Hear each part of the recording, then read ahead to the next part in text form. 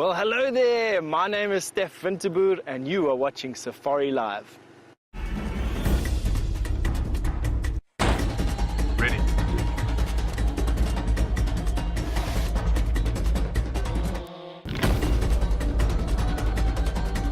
Standing by.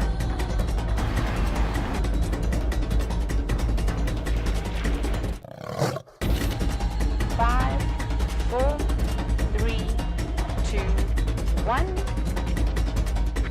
You are live, you are live.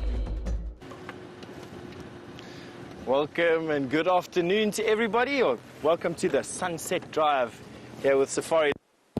We're at Djuma Private Game Reserve and I am Stef, and on camera today we have Dave.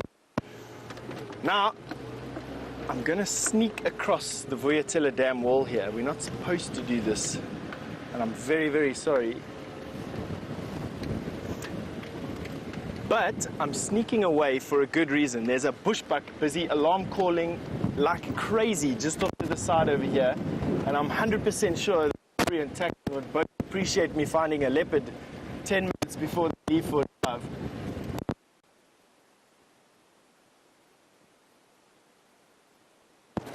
Is I just want to get into a position where we can capitalize on anything coming down, cut as soon as I can. Last one, yeah, it's just the base.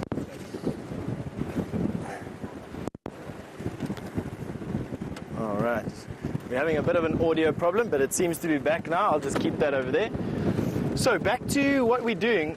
We've got a bushbuck that's been alarm calling, a bushbuck or a nyala that was alarm calling just here. And I thought that we'd take a little bit of a chance by coming off here, coming across the dam wall to see if we can find what was giving this bushbuck a big alarm call. And I think I'm going to go in here and see what is doing it. While I'm doing that, oh, the wind has picked up. That's pretty weird. It's been pretty quiet for the rest of the day. But anyway, we're going to send you over to Brent while I stick my nose into this bush over here and see what I can find for you.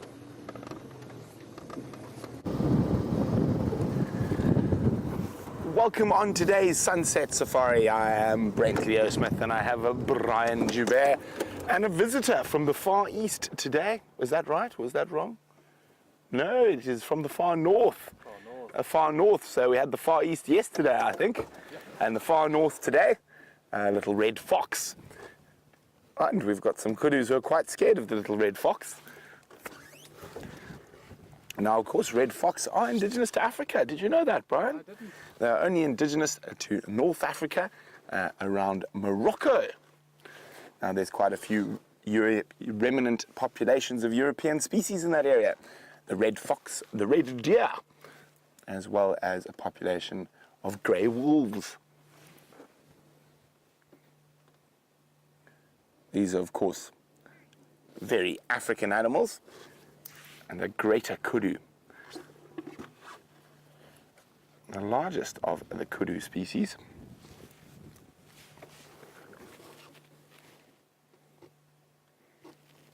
No big bulls here, just a couple of youngsters, some females, some even more young individuals.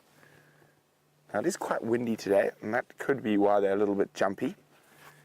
And they do have those wonderful, massive ears to help pick up any danger that might be slinking after them in the thickets.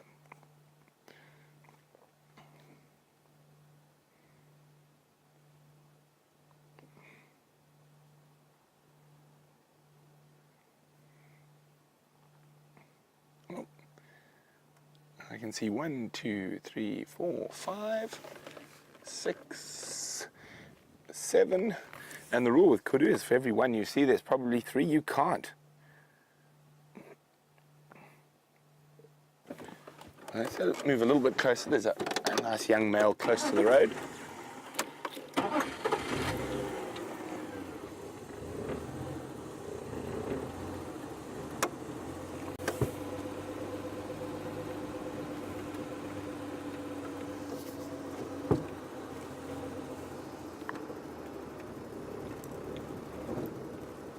Oh, well, he's moved off, but the female's still there.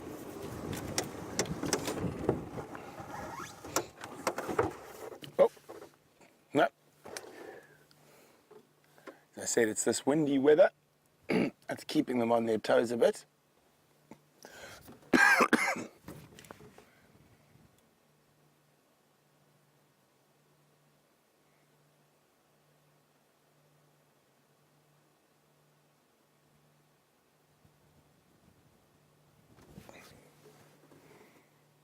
See how you'll know he's not facing us, he's listening to us. Pointing those ears backwards, but off they go. Now, it looks like Steph's on a hot clue already on this sunset safari. Bushbuck alarming around Vuyatela, so fingers crossed that it's one of our spotted friends that's there.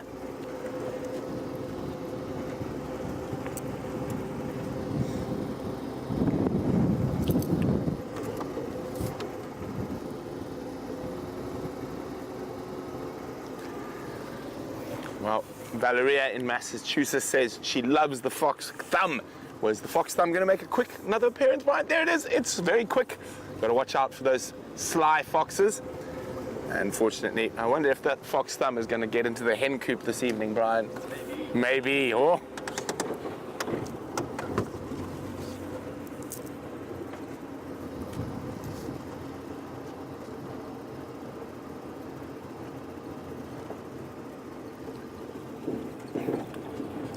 Well, there we go. Raisa says, what a lovely ketu, which is a fox in Finnish. Well, there we go. Brian and I definitely learned something new today. Ketu is a fox in Finnish. Now we're going to have a quick gamble past Sydney's waterhole. It's really warm today. It's about 31 or 32 degrees Celsius, so mid-90s Fahrenheit. And who knows, maybe the Ellies are thirsty.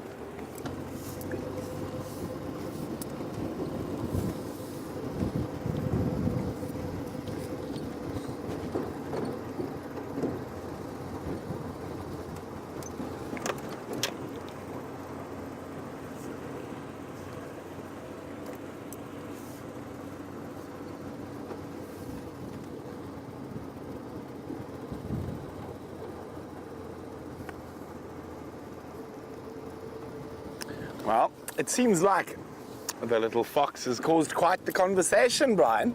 Now, Jane in New York says for the last 3 years, she's been lucky enough to have a red fox denning in her garden. And every spring, she gets to see the little kits. And I would love to see a little baby fox one day. I think they'd be very, very cute.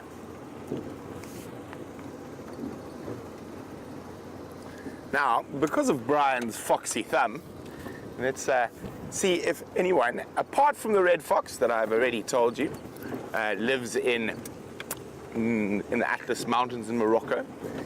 Who can tell me how many other species of fox occur in Africa? So I'd like to know what are the other species and how many species of fox occur in Africa.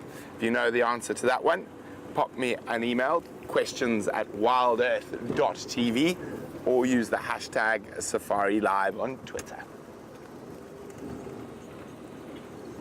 Herbert, yeah?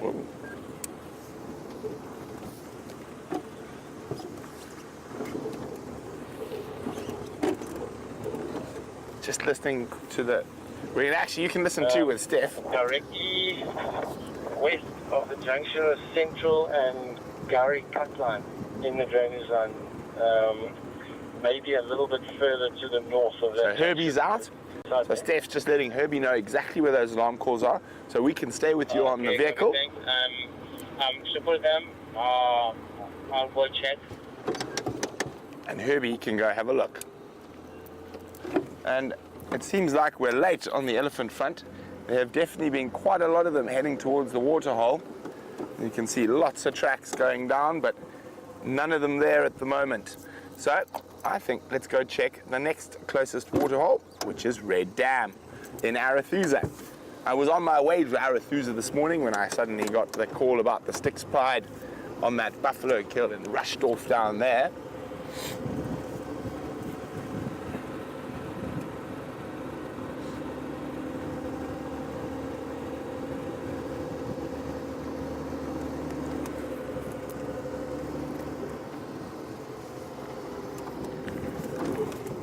Okay, so while we make our way towards Red Dam, let's go see how Steph's search for the bushbuck that was alarming is going.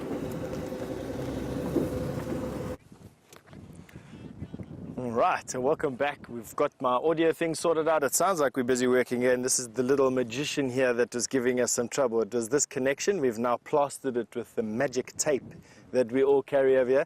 The stuff is sorcery in a roll. And yes, so back to the bushbuck. So the alarm call was coming from exactly here, exactly in here between us and that tree you see with the bird's nest in over there. And you see that bird's nest there in the top of the tree? We were underneath that bird's nest. Go right a bit in the center.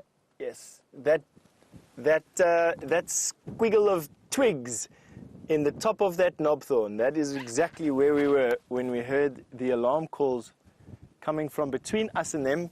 I actually thought that it was on the junction of this particular road, which is why I raced across the dam all like I did. I thought that we were going to see or a leopard or a cheetah. That is exactly what that bushbuck sounded like it had seen.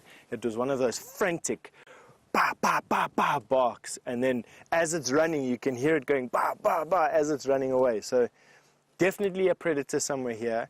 I'm possibly sure it's either lion, cheetah or leopard, just from the franticness. Bushbuck really don't feature on the or high up on the menu for lion, and they tend to give an alarm call that's watching the lion. So they'll alarm call from a standing position, not running away for their lives. But because it's not on the road and because I can't find any tracks, I've called Herbie into the area, and he's able to get off the car and walk in here and have a look for some tracks. No tracks on this road, so I'm pretty sure it's in the drainage line between us and there. And that's basically it. That's the story that has happened between now and since you left us with all that stuff. So I think let's just carry on down Central. You may find with all of our frantic moving around over here that whatever it is has actually come out. But I'm not going to spend too much time tracking, don't worry. A, I'm not very good at it, and B, it doesn't, I'm not very good at it, and it's not that exciting to watch me tracking because most of the time I'm just looking at fresh air. But what I would like to ask your help for, if you don't mind, for those of you who keep a weather eye open on that damn cam at Vuyatela, please do me the favor, or do us all the favor, of watching that damn cam and just every now and again seeing if you can see impala scurrying about or if you can hear anything. Absolutely, that's going to give us a big help. No tracks of any leopard on Djuma this morning, so whatever it is, it's moving in our direction.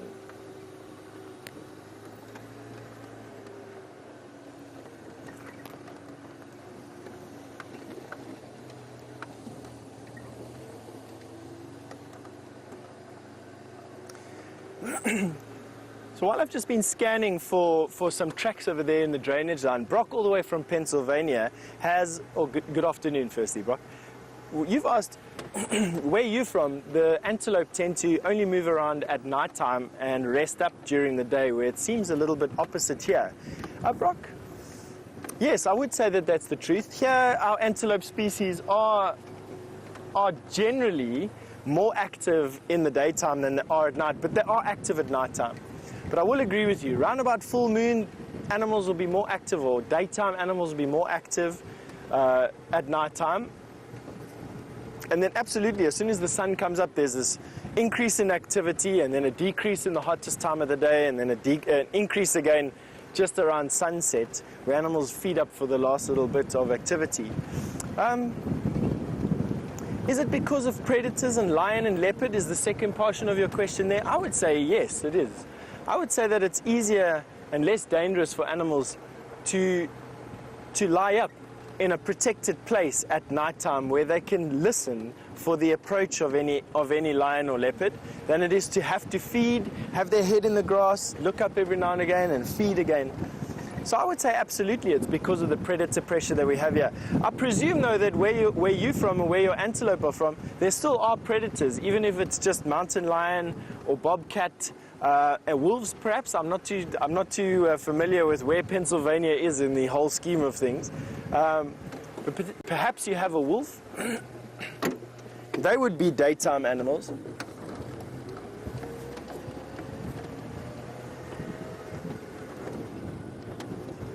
But just so yes, in conclusion, there was just a water buck a million miles away that caught my attention there.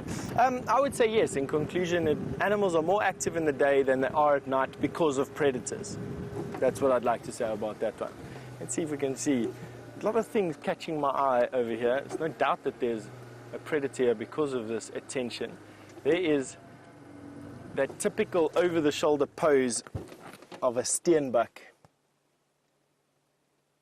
One of our dwarf antelope. That is full grown, believe it or not. And that pose that they've got there, that this little guy's got there, that over-the-shoulder pose, almost like you are insulting them by watching them, is very typical of a steenbuck. With a naked eye, I'm unable to see if it's a male or a female, and now that it's run away, it will be impossible to tell you what it was. No? I think it was a little female. The lack of horns would have been evident if it was a female. Males tend to have these little spiky horns, probably about this long, about as long as my finger, on top of their head, straight up. And in areas where they're very common, one of the most common, and they love the deserts. It's one of the most common antelope in the deserts. And I spent some time with some bushmen, the Sand people, a couple of years ago. And every bushman had a satchel over his shoulder that was made up of the skin of one of these little steenbuck. And inside the satchel was a bunch of horn containers, basically. And the horned containers were actually filled with a variety of different things. One had some salt in it, some sugar. Another one had some poison for their arrows. And when I asked, do you just kill these antelope for their horns and for the skin? They said, it was pretty obvious after I asked the question that no, they actually trap these antelope for their meat firstly, and then they utilize the rest of the antelope as much as what they can. So the sinews they use for arrow twine, or just bow twine at least anyway. Their skin they use for satchels, their entire skin. Their horns they use for stoppers. They make bone needles out of their bones. Apparently their bones are relatively brittle and they make bone needles. But I'll carry on with that story now. What you're looking at is a magnificent southern yellow-billed hornbill. And it's a male because of that patch of red that they have underneath their bill. From this particular angle, you can just see that patch of red under his eye, underneath his bottom beak. And doesn't that look like just the single most bizarre thing to have to attach to your face in order to fly around? It's not aerodynamic in any way. Definitely doesn't lessen the weight that bird has to carry around. And yet, the hornbills are some of the most widely spread birds in Africa. You find hornbills from the tropics, from jungle. There he goes. All the way into the desert. Not quite into sand desert, but you find them all the way into just on the periphery of the desert. And what that beak does is, yes, it's a bit of a weight disadvantage, and it's not aerodynamic, so they're not birds that migrate very far or fly very far indeed. But it's a fantastic lever to open up food sources, potential food sources. They're insectivores. They eat any variety of insect. They'll even eat things like small snakes, baby mice, but generally they just eat insects, termites, and they use that bill to pry open and lever open bits and pieces of sand and twigs and branches and bark. And I had a friend who brought one of these up in their house, and it was the most ingenious bird that you've ever seen in your life. Really could get into any nook and cranny and would investigate almost anything. And so that disadvantage of the weight and of the aerodynamics is made up for by a slightly larger brain and the ability for this bird to use that beak in any variety of uses. So southern ground hornbill, although it looks a bit comical with a big banana stuck to its face, it isn't actually at a disadvantage because of it at all. All right, so Herbert's fresh on the trail of whatever it was that was making that bushbuck shout, and so out of mind for me at the moment. And what I want to do is, today's been hot. It's been about 79 degrees or 89 degrees Fahrenheit. Hold on 1 second, Herbert's calling me. Go with your message, Herbert.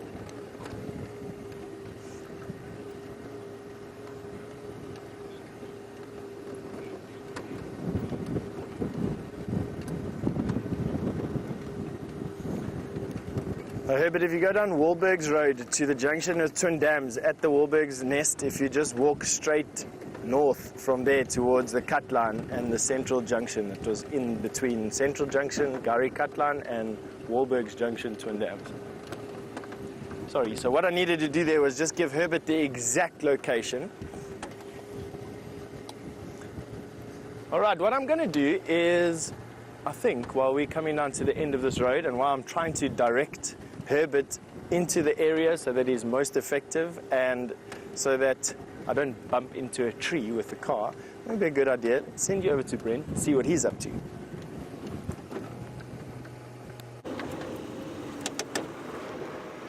So we're still in search of elephants, and if we look on the road, there's elephant tracks heading straight towards Red Dam. So maybe we'll get lucky and the Ellies will be there, splashing away.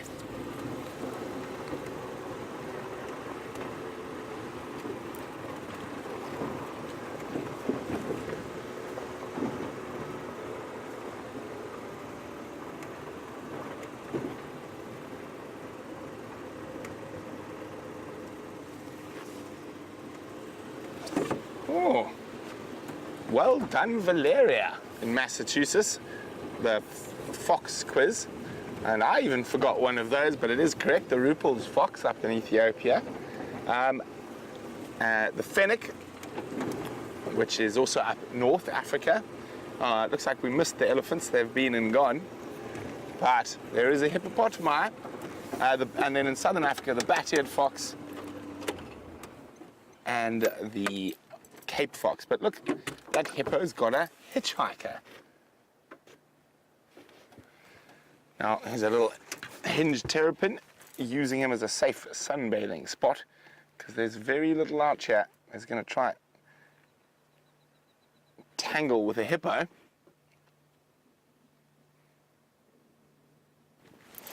Now, this is one of the lucky hippos, or of the solitary bulls we see, and the Red Dam has still got quite a bit of water in it.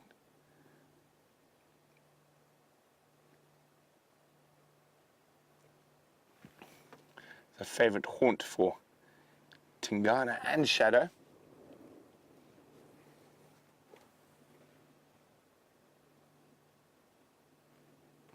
And I always like to check around the corner here, because many times there could be a big cat sleeping in the little river system that runs into water. Not today, unfortunately. But I found Tingana there, I found Shadow there.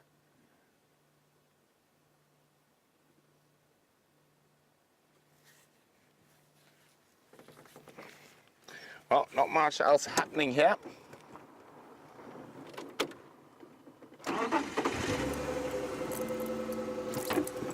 So let's carry on. I think I'm in the mood for a bit of the Marikana River. What do you think, Brian? A little riverbed cruise? Good.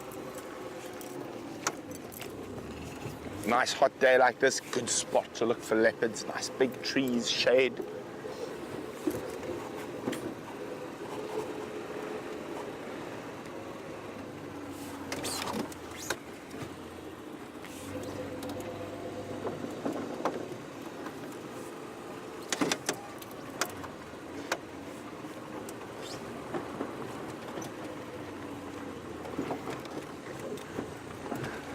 Now, Cody's wondering how many prey animals actually make it to old age. Well, Cody, it all depends on your definition of old age. I'd say very few things die of old age, but once they get to old age, they get caught. So probably one of the only animals that dies of old age, and in old age probably starvation or thirst, is elephant, and rhino, probably your two that'll make it all the way through.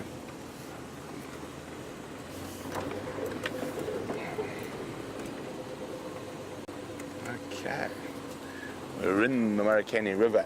Now what I'm hoping is that those elephants have drunk, and then they've spread through to feed in the bush along the Marikeni.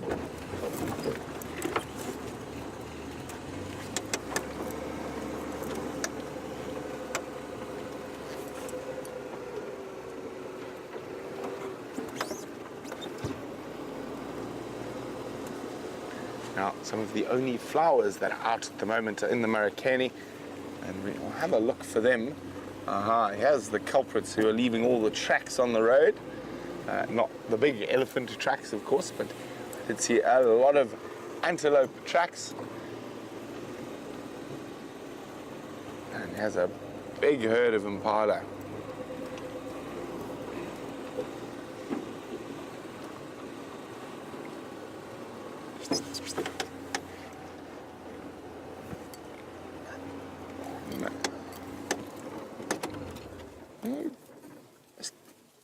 What do we know? Just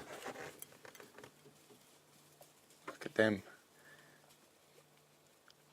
taking advantage of some of the greenery that's still in the drainage system. Now, I'm pretty sure this impala herd just had a drink at Red Dam from their tracks.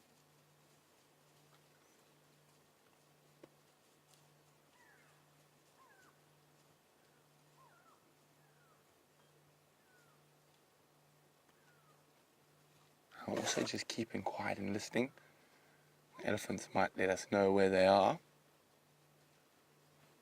You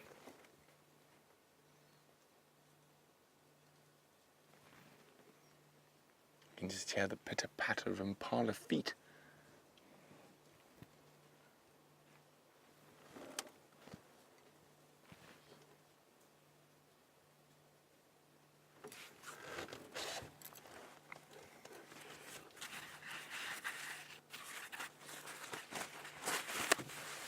Okay.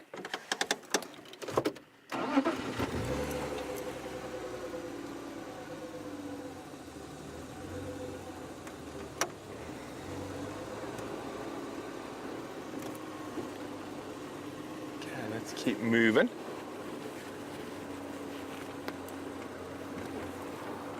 So far, just tracks of impala and nyala. The elephant tracks seem to have gone out that way. Now, while we leave those impala, Steph has got another wonderful antelope to show you.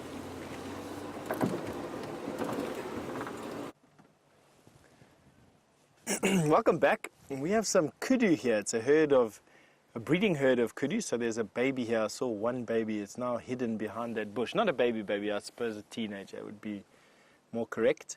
But what is amazing is that they are eating the leaves of this Natal guarri bush, Euclea divinorum.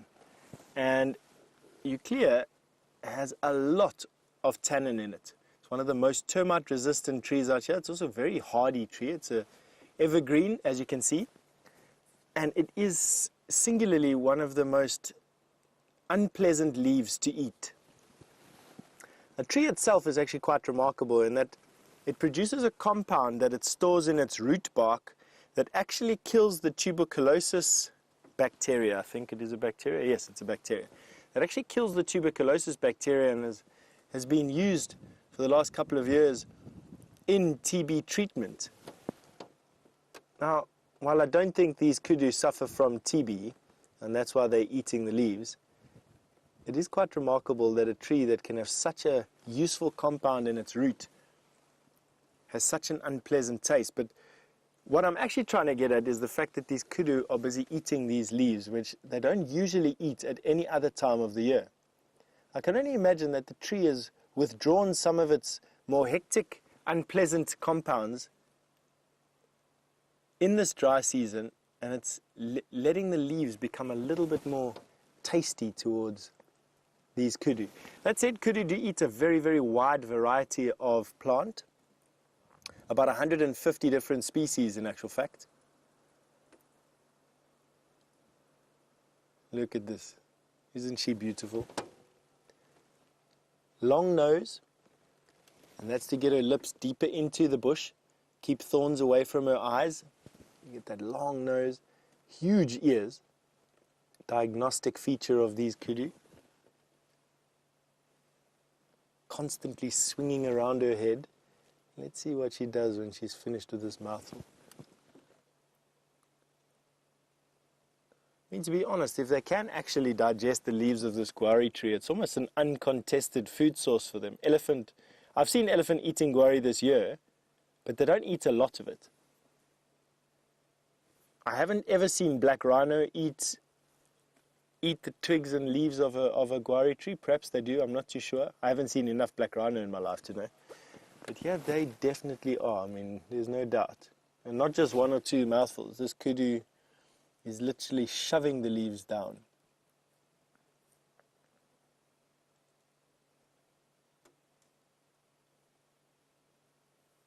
She's able to reach up quite high. She's probably about a head taller than me if she had to stand up straight with her head up straight. And with her nose pointed to the sky. The maximum that they'd be able to reach into a tree. They don't jump against the tree, similar to how a Jennerook would, or a goat. They don't jump against trees, or climb into them like goats do, at least anyway.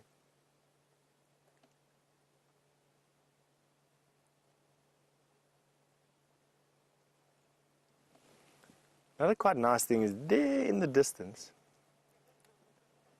I'll show you quickly. Wait, we'll first look at this kudu busy eating before I show you why I actually came onto this road. Oh, she is beautiful. Have a look at that coat that she's got. Expertly blends into the shade. I mean, we do know there's a kudu there. It's very obvious. There's only one stick that's actually hiding her. But you can imagine, I mean, just look at her face, how camouflaged her face is behind those leaves and twigs. The perfect color. That white stripe and the white lips, different colors, the counter shading on the head, making that kudu's head disappear. Not there.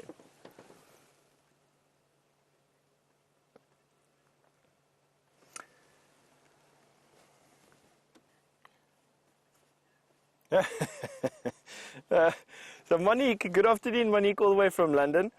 You've asked, does the word kudu translate into English, and does it mean something like ginormous ears? Monique, as far as I have it, kudu is a phonetic name from the sound that it makes when a kudu jumps. They jump first front legs, then back legs, and it's kudu, kudu when they're running through the bush. That is how I was told a kudu was named. It has nothing to do with it being a weird African name for it having big ears and white lips or anything like that. But nice, that was a nice guess. I like that. No, from what I can gather, it's just from their name. Their scientific name is Tragelaphus strepticeros, which doesn't sound like it has anything to do with the word kudu to me.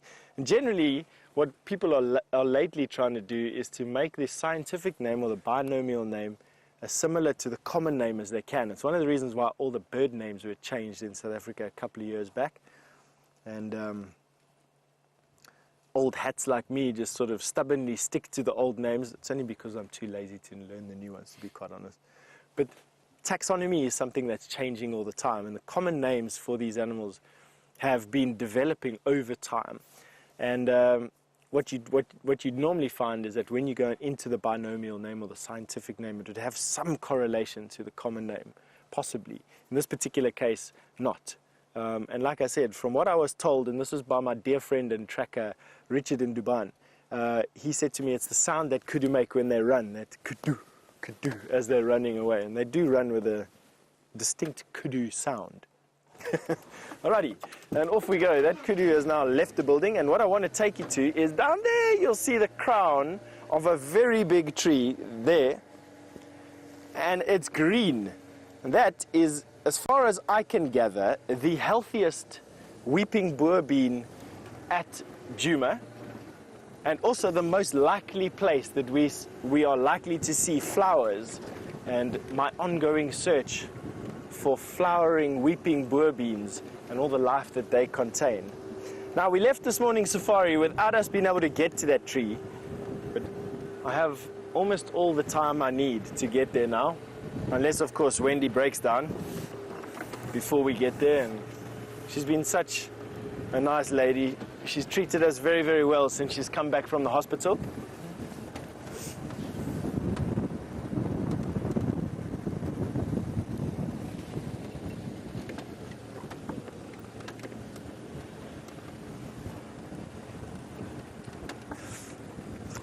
So Antlers Coffee, you're a new viewer, so first I want to say welcome aboard to the largest safari vehicle on earth. Welcome to the community. I'm sure you are already figuring out that everyone knows one another, and it's all such an epically, I suppose, dynamic little community that we have of ourselves. And you've asked me, why don't we see any rhino? Is it because rhino are deeper into the park? To be honest with you, we don't actually show rhino on drives for... Let's have a look at this quickly. I'll come back to your rhino question now. We've just got a rare occurrence here. Oh, there we go. Right here in the tree on the bent bough is an African hoopoe. Go up a bit. Up to the left, wrong tree, sorry. This one here. Oh, there we go. Don't worry. We'll see if we can get him. You got him there, Dad? Okay.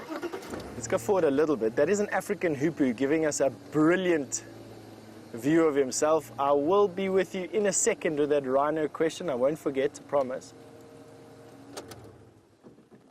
Just one of the most beautiful of all the little birds that we have over here is this African hoopoe. Quite often carved in wood and painted because of their very pretty colors and that crest. Have a look at that. It's beautiful, eh? Such a lovely little bird. Digs out insects and worms and antlions and ants and termites with that little bill. As its name would suggest, its call sounds like it's saying hoop hoop. Look at those colors. I quite know, you know, I'm not the very best at describing colors. I mean, I would say that that's a tanny brown color. Although I'm sure a few of you ladies out there, and gentlemen perhaps as well, are out there saying that it might be, I don't know, yellow tan with a bluish after image or whatever we call it. Jean-Andre would be much better at telling me that. He's fantastic with these colors. There it's sitting in the tree. And they do that, you know, they go from the ground to the trees and the ground again. By no means a rare bird out here. It's quite a common bird. However, we don't usually see them from this close or for this long or without some or other type of obstruction in the way. Excuse me. Right, now back to the rhino question. So, one of the reasons why the very reason why we don't show rhino, we don't actually show rhino on the show. So even if there was one walking into the picture or we see one on drive, we don't put it on the camera. For the simple reason is that we're basically an entertainment show. We're not here to sort of aid conservation. We're not here to do anything bad to conservation. And what we try really hard to do is try and distance ourselves from any of those efforts on camera. So it's not that we're not doing anything about rhino conservation. We care very, very deeply about rhino conservation. But we don't want people across the world, and we have a very, very massive viewership, and you don't quite know who's watching and at what time. We don't want people to use the information that they have here. Oh, they saw a rhino on Djuma today. There must be rhino there, and therefore they can come and inform people who would come and poach rhino. Rhino poaching is something that is picked up in the last few years. Again, it was very, very high in the 1980s. It was quelled, and it has only recently picked up in the last 4 or 5 years again. But the Kruger National Park is losing about 11% of their rhino per year. which is a massive, massive number.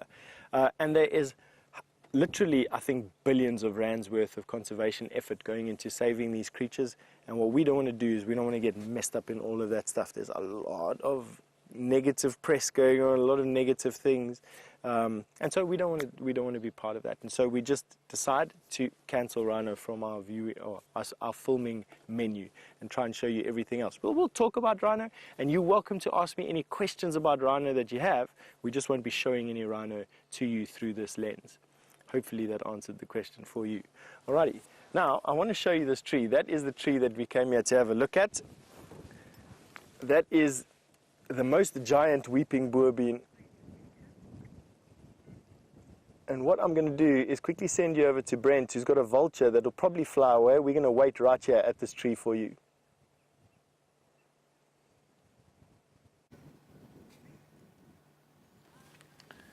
There you go, white-backed vulture.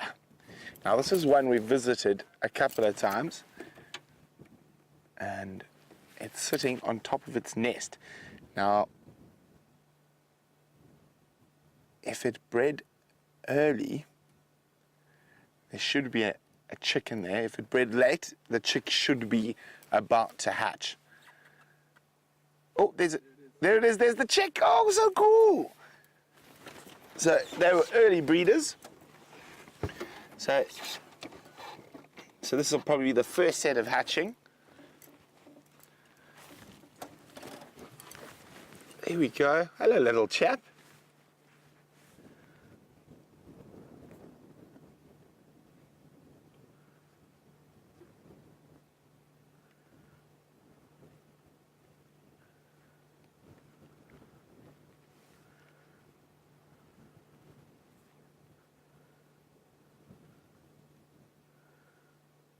Okay, let's see if that little vulture popped its head up again. No, that's great. We're on our way here. One of the reasons we wanted to check was because of that little one. So there we go. It has definitely one of the early breeders. Now it's a perfect spot for a nest. It's very easy to defend. It's really thick impenetrable thorns up there. Oops, sorry, that was my fault. I took my foot off the brake and I forgot I was in neutral.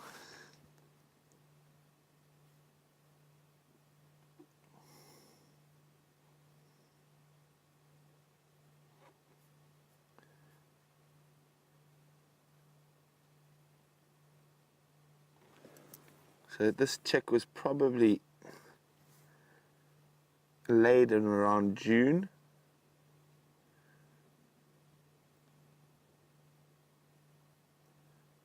It takes about 2 months, about 60 days to hatch. You can see a bit of preening going on there. I'm just trying to get a good look. So when they're tiny, they're covered in a short sort of white down feather that keeps them warm. And I'd say this is probably between 5 and 8 weeks old, just from that brief glimpse I got, as the dark feathers start forming. At about 10 weeks old, they're probably almost fully feathered, although the feathers aren't developed properly.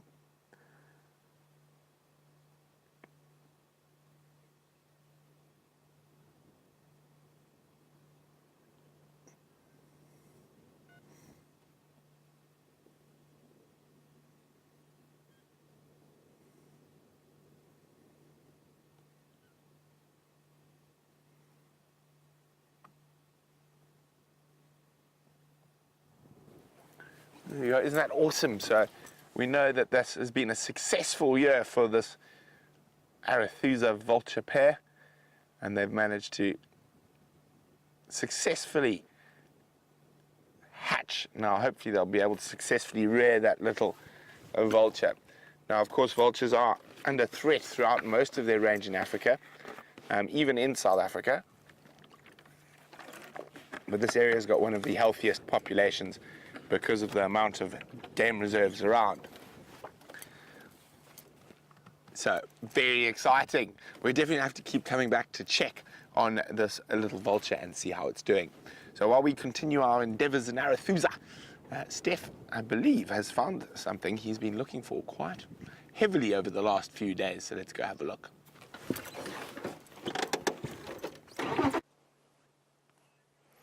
I have indeed. I haven't changed my place at this particular weeping boer bean, but have a look at that magnificent. I don't quite know if it's a man or a male or a female tree, so I'm just going to go magnificent tree. And just look at how healthy that tree is. And it's because she or he is growing on a termite mound, and termite mounds are natural nutrient hotspots. They are very, very high in minerals that from all the fungus and all the detritus, the dead termites and their feces and all the wood that the termites carry into the mounds. They're also well aerated, and all the termite mounds go down to the water table, and so well provisioned with water. And this tree is just growing on one of these and just is so healthy, but has no flowers on. I cannot even see a bud of a flower. And it's leading me to believe that the water table has probably dropped low enough that these boer beans are not ready to flower just yet. So it's not just about sunlight and length of day. I mean, it obviously has something to do with water, but you'd expect that these two, I would expect that these trees have access to water. And although good enough to keep this tree in a very good condition, very green, not enough for water. But this is a tree we're going to spend lots of time with, I presume, if it's a female tree and if it produces flowers. I mean, it's just too magnificent not to produce flowers. All right. So onward we go. So we found a nice tree, the most magnificent boer bean tree, in my opinion, in Djuma, that I found at least yet anyway. But it has no flowers, so onwards we go with our search. And since this tree is looking so good here, why don't we circle the area and see if any of its offspring are doing just as well on this drainage line that we've got off on our left-hand side.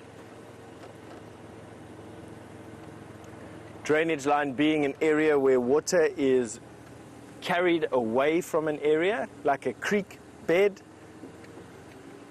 And this would be one of the tributaries of the Mulwati.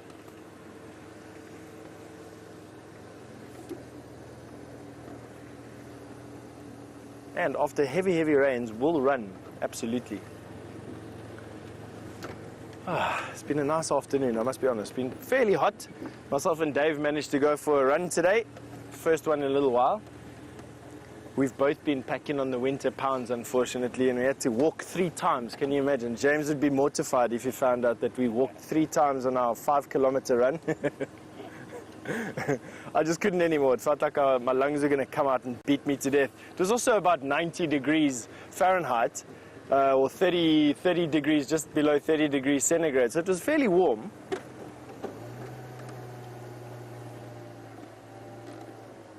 Just got some hyena tracks on the floor. It's not unlike Karula or Mvula or Tingana to walk around during the day. And with that bushbuck that was alarm calling close to Vuyatela, I would almost expect one of them to be on the property at the moment. There was 0 leopard tracks on the property this morning, and that's fairly rare. And generally, it generally precedes a migration of leopard onto the property, either Karula or Mvula or Tingana or Shadow, in actual fact. All of which have been noticeably absent for a while.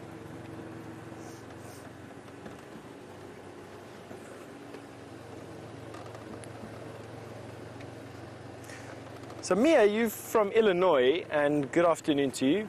You've asked me, do the termites bother the trees? Mia, they absolutely do. Termites will bother trees unless the tree can protect itself with some or other type of chemical.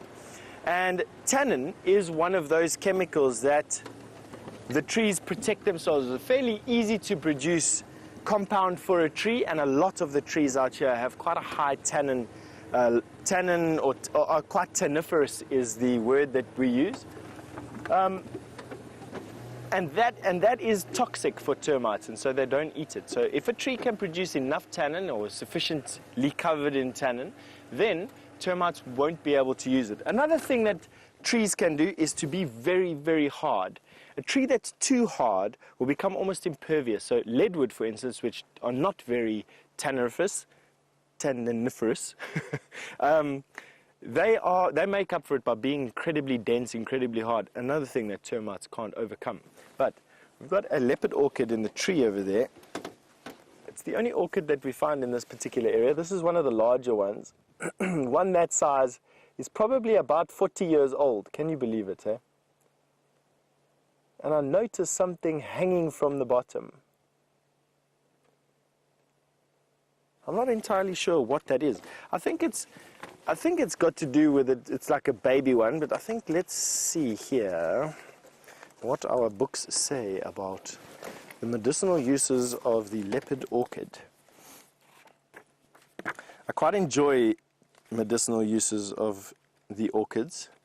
Now, let me see here.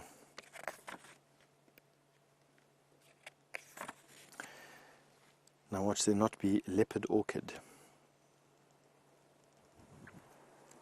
Of course it would be... There's nothing about the leopard orchid there. Let's see if I've got one in another one of my books. I carry around a lot of books over here. Leopard number 8.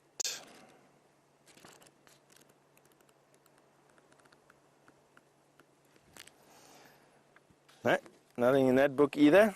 There's nothing about leopard orchids in our books here, everybody. I wonder what's going on.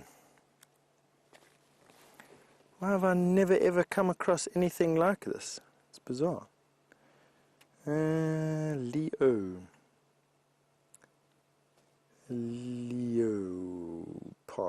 No, nothing in there either. Gee whiz. So, as far as what I can see, apart from being ornamental and traded as an ornamental plant, there's nothing in any of my books, and this is now the 4th book that I've looked at, that give us any idea about leopard orchid. You can have a look at how many books I've actually been through here quickly. It's incredible. Let's see if we've got one over here. MNO, Leo. Listener. Ciao. Alright, I think what you're going to do is let me go through this book and see if maybe at Orchid we can find it. And while I'm busy paging through all these books, I'm sure you would love to know what Brent is up to at Arethusa. We're quickly going to send you over to him. If I find something, I'll tell you a bit later.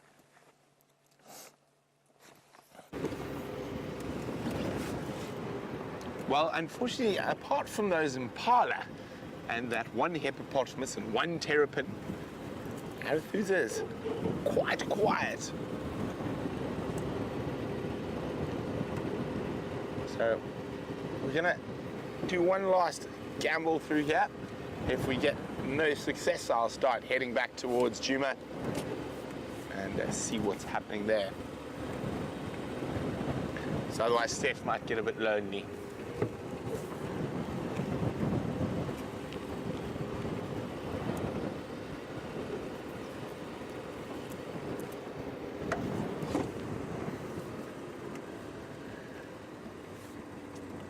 Hi, Pamela, in Bermuda. Don't disappear into the triangle now, Pamela. Now, we often see solitary male hippos, and Pamela's wondering where are all the females. Well, in our Traverse area, Pamela, we don't have any waterholes big enough to hold family groups. So there's some just to the south of Arethusa, and there's a lot to the north of Djuma, where there's bigger waterholes, and they're the dominant male hippos, and the dominant male hippos and the females are. But there's another vulture's nest. So hopefully that one's been as successful as the other. I don't know if we can be as lucky to see a little head pop up again.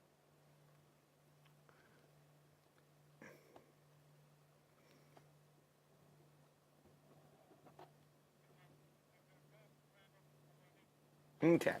Well, we're not going to spend too much time. We have already seen one of those little vulture heads pop up. But now we know where there's another nest to keep checking.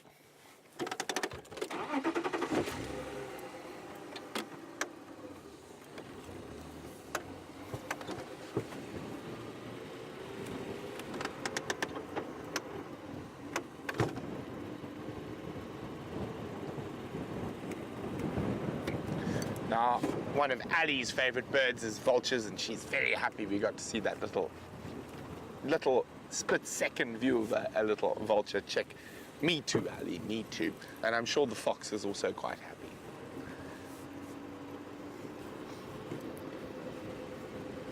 Now, which hen house is the fox planning to raid this evening, Brian?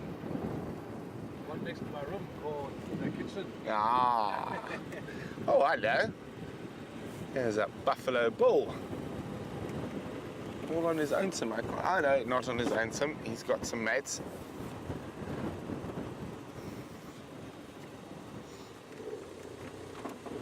It's a bit jumpy in this strong wind.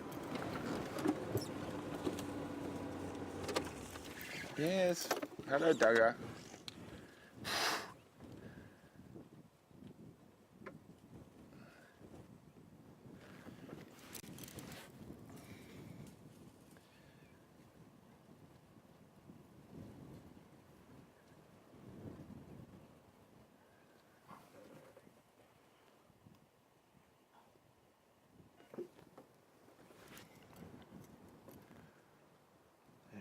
Hello, old man.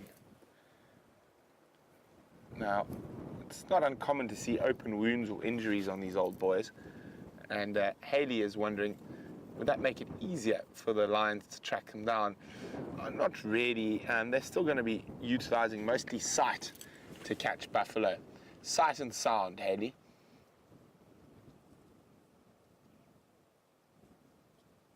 Shame they're not looking well in this drought. Those hips are sticking out. And to quote Shakira, them hips don't lie. And we'll leave those two old men to wander off.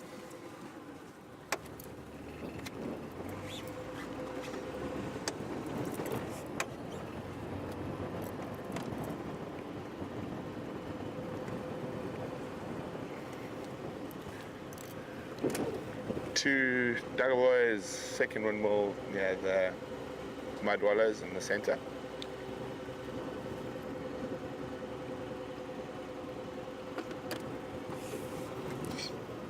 Okay. Just trying to hear what's going on there. It sounds like something interesting is happening on the radio.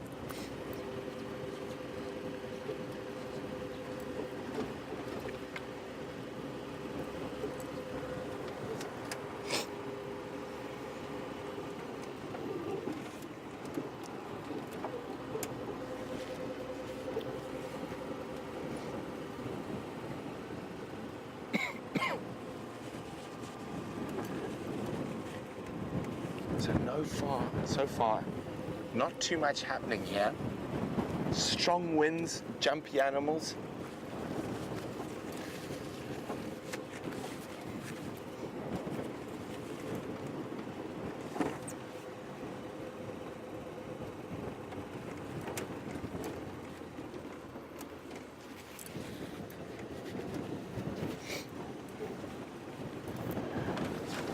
A huge hello to Lazy Boy Brown, who's a brand new viewer. Welcome to the Safari Live family.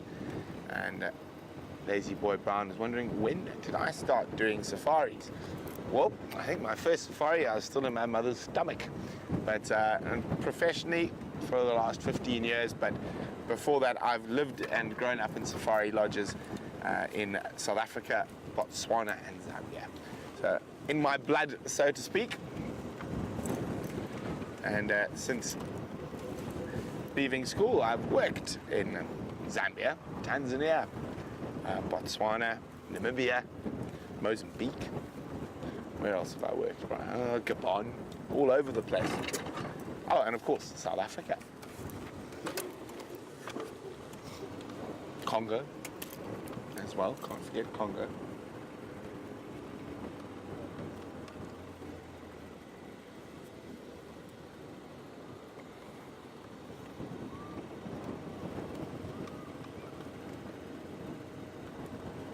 so while we keep checking through Arathusa, let's go back across to Steph and see how he's faring on Juma.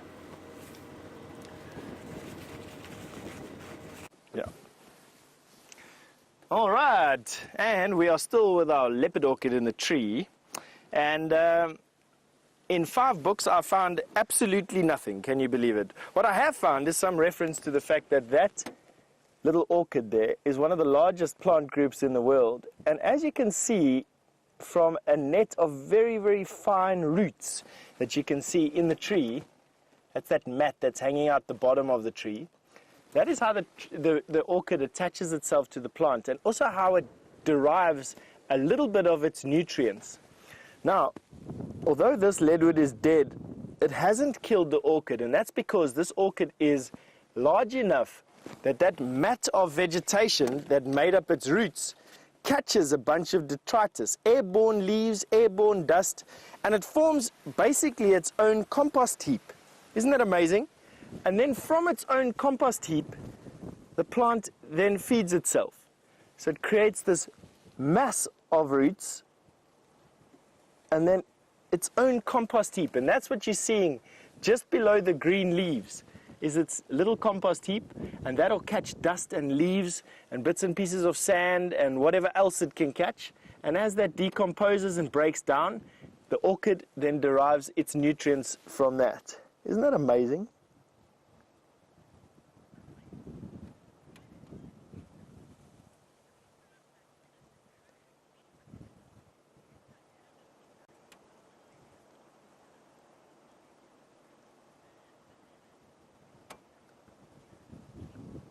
So Janet, in Baltimore, you've also said the leaf litter orchid. I find that that is an unbelievably awesome name.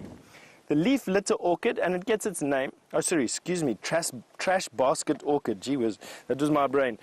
Trash basket orchid, excuse me. I think that is a fantastic name for that. So the trash basket orchid, obviously because it generates this compost from its little basket that it creates out of its own roots, and then feeds itself from it. Wonderful. So isn't that crazy? Learn something new every day.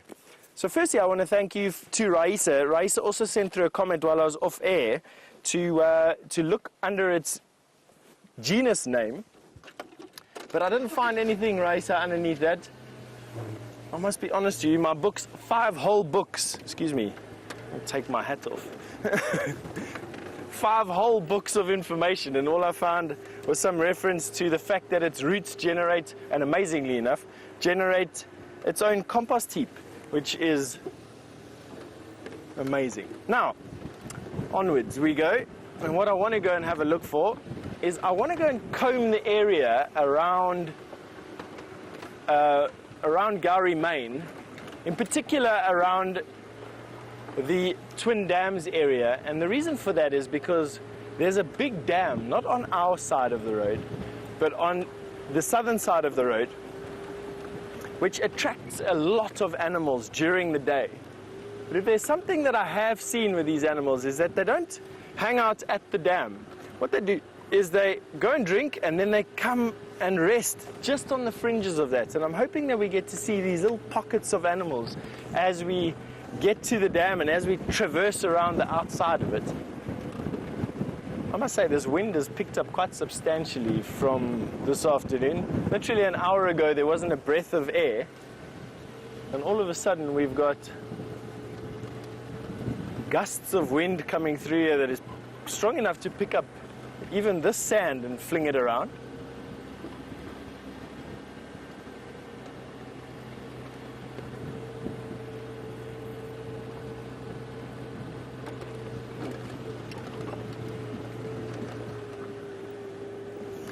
So Terry, you've asked me what has been my most exhilarating bush experience.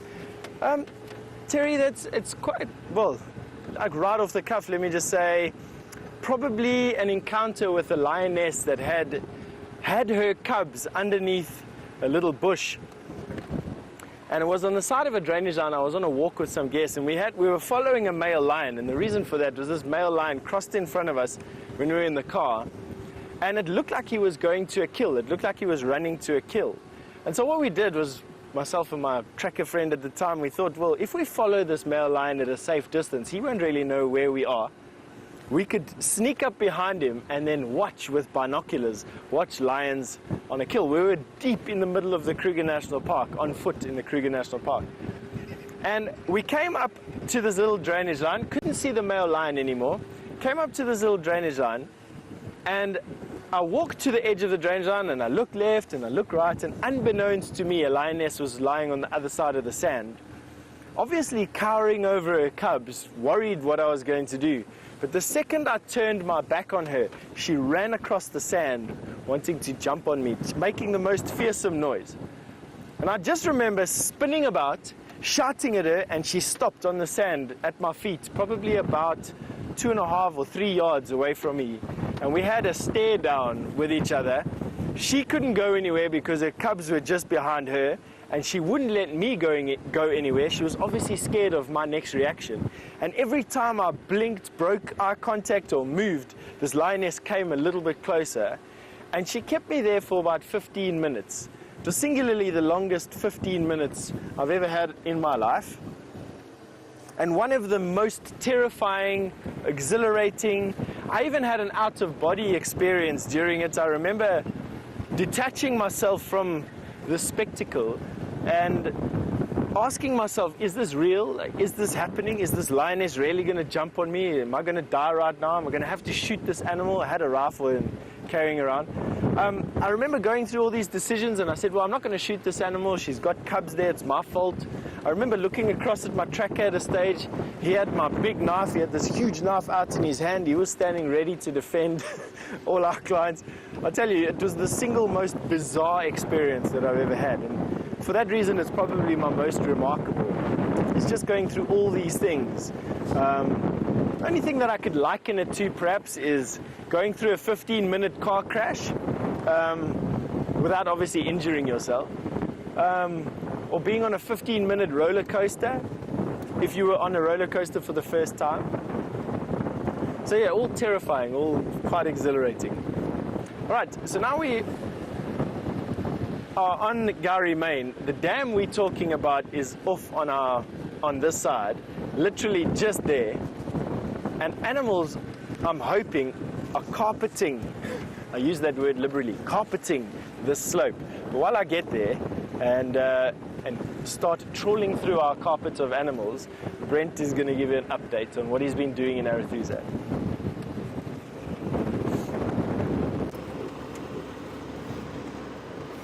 So we've checked about 80% of Arethusa with no luck, so we've headed back to Djuma. And apparently Steph is not too far away from me on the same road, so I'm going to go off in the opposite direction, maybe go poke around where I last saw those lions.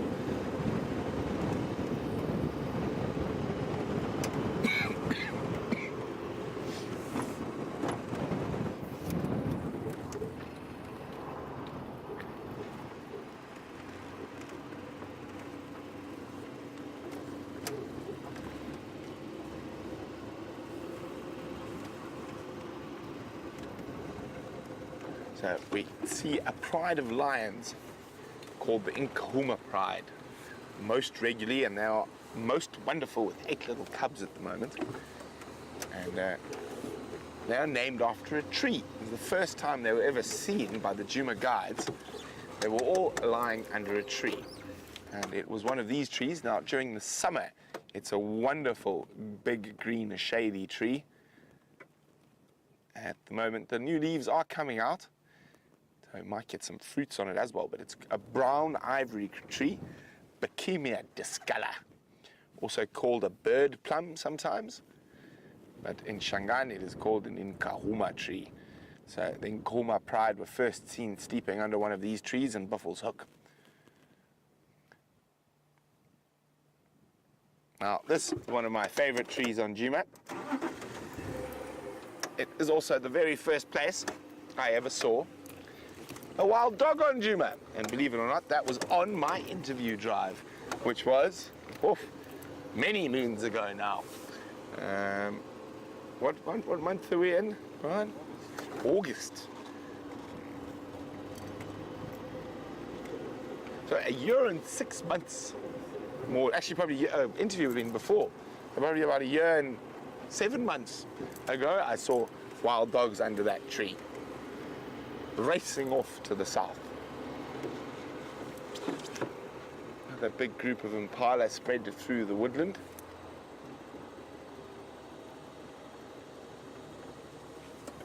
And as always, the ever-present, oops, sorry, Brian, fork-tailed drongo, hoping for an insect morsel to be disturbed by the impala. Oh, there we go. He got one.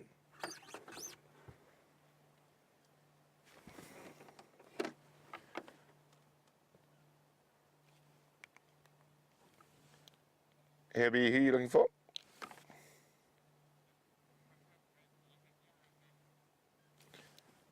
Negative. I'm on Zoe's.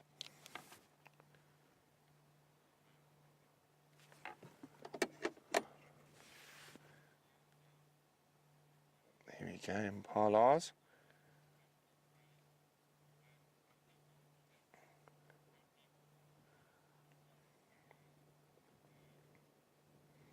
So it sounds like Herbie's found some female leopard tracks and he's following up on them. Copy, thanks Herb. There we go. An impala moving off in the wind-swept. Oh, there's the drongo back again. You can see there's almost no grass and the impala having to browse mostly. But we're going to keep moving.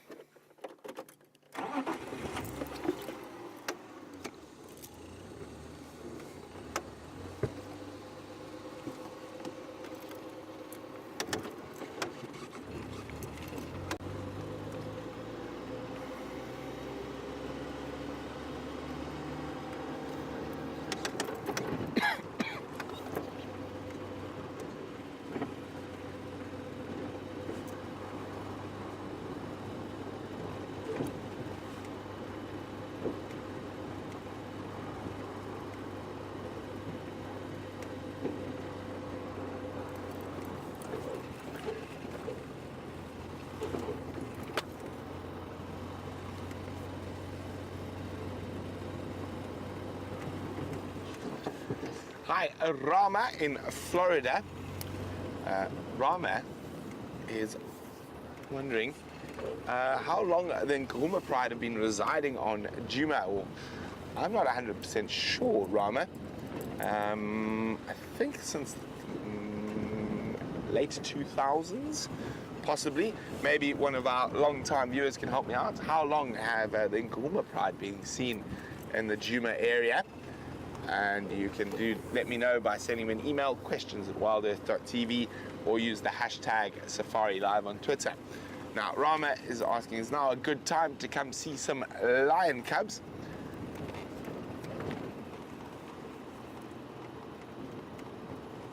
And they were here out in Kruger in May, but had no luck. Well, lions can have cubs at any time. But if you're coming to this part of the world, yes, it's a very good time to see cubs because the Sticks and Nkuhumas both have lots and lots of cubs. So it is a good time for cubs in this part of the world. And also with the drought, it's a time of plenty for the predators. So there's a very good chance in those cubs surviving.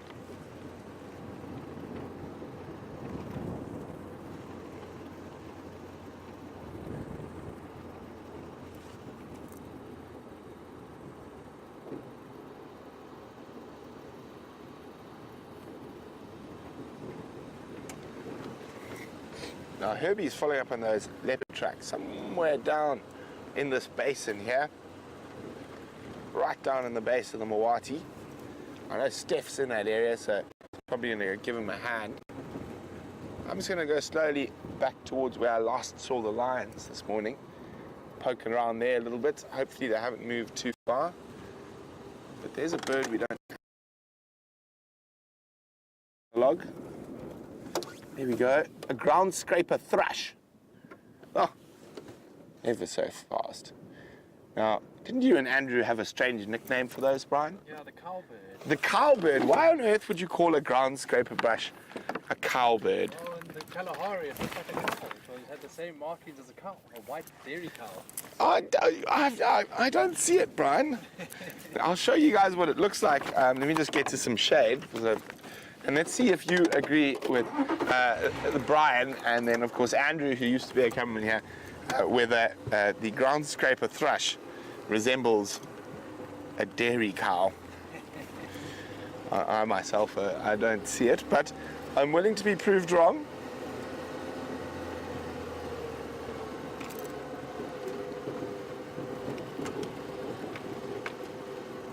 There we go, a bit of shade to help with the glare. Because I remember, I don't know, I think I've heard it from both you and Andrew, and I was like, I don't understand the cowbird. There we go, thrush.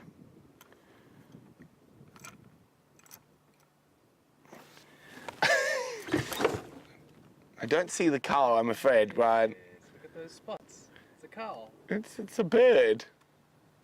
There we go. The ground scraper thrush, or AKA the moo bird, or cowbird, according to Brian Joubert and Andrew Francis. It's exactly the same as a cow. Look at it. But it's got grey on the back. Anyway, they are around. We don't see them too often. So there we go. Hopefully another nice species for those of you who are keeping their bird lists.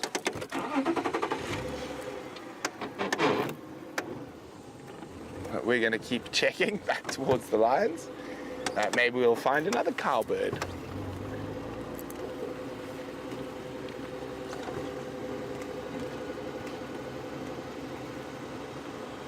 Okay, so while we try shoot towards where the last position of the Nkahumas, let's go see how Steph's endeavours further to the east of me are going.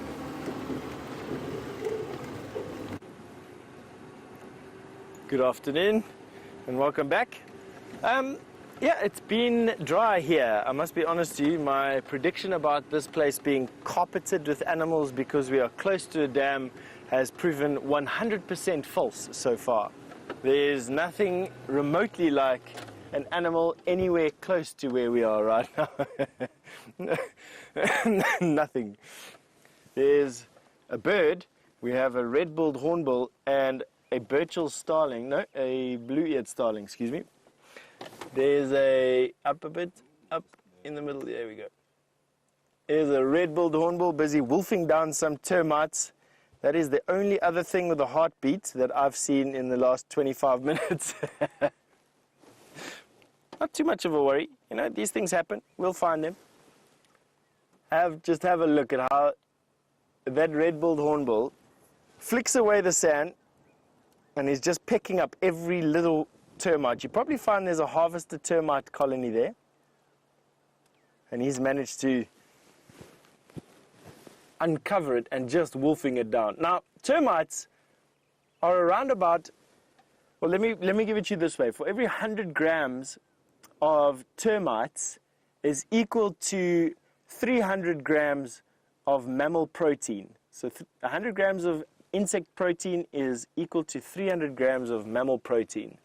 So this bird is packing away a lot of calories here, needing to do that. And in actual fact, look at how his feeding has now attracted a southern yellow-billed hornbill who's now going to chase him away because he's bigger.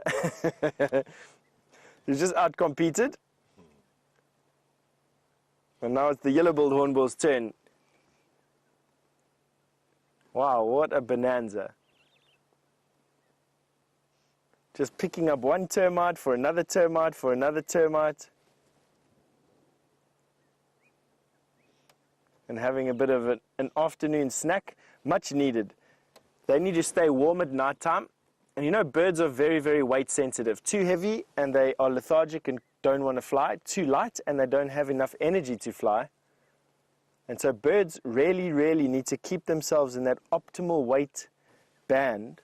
And it's a very narrow weight band.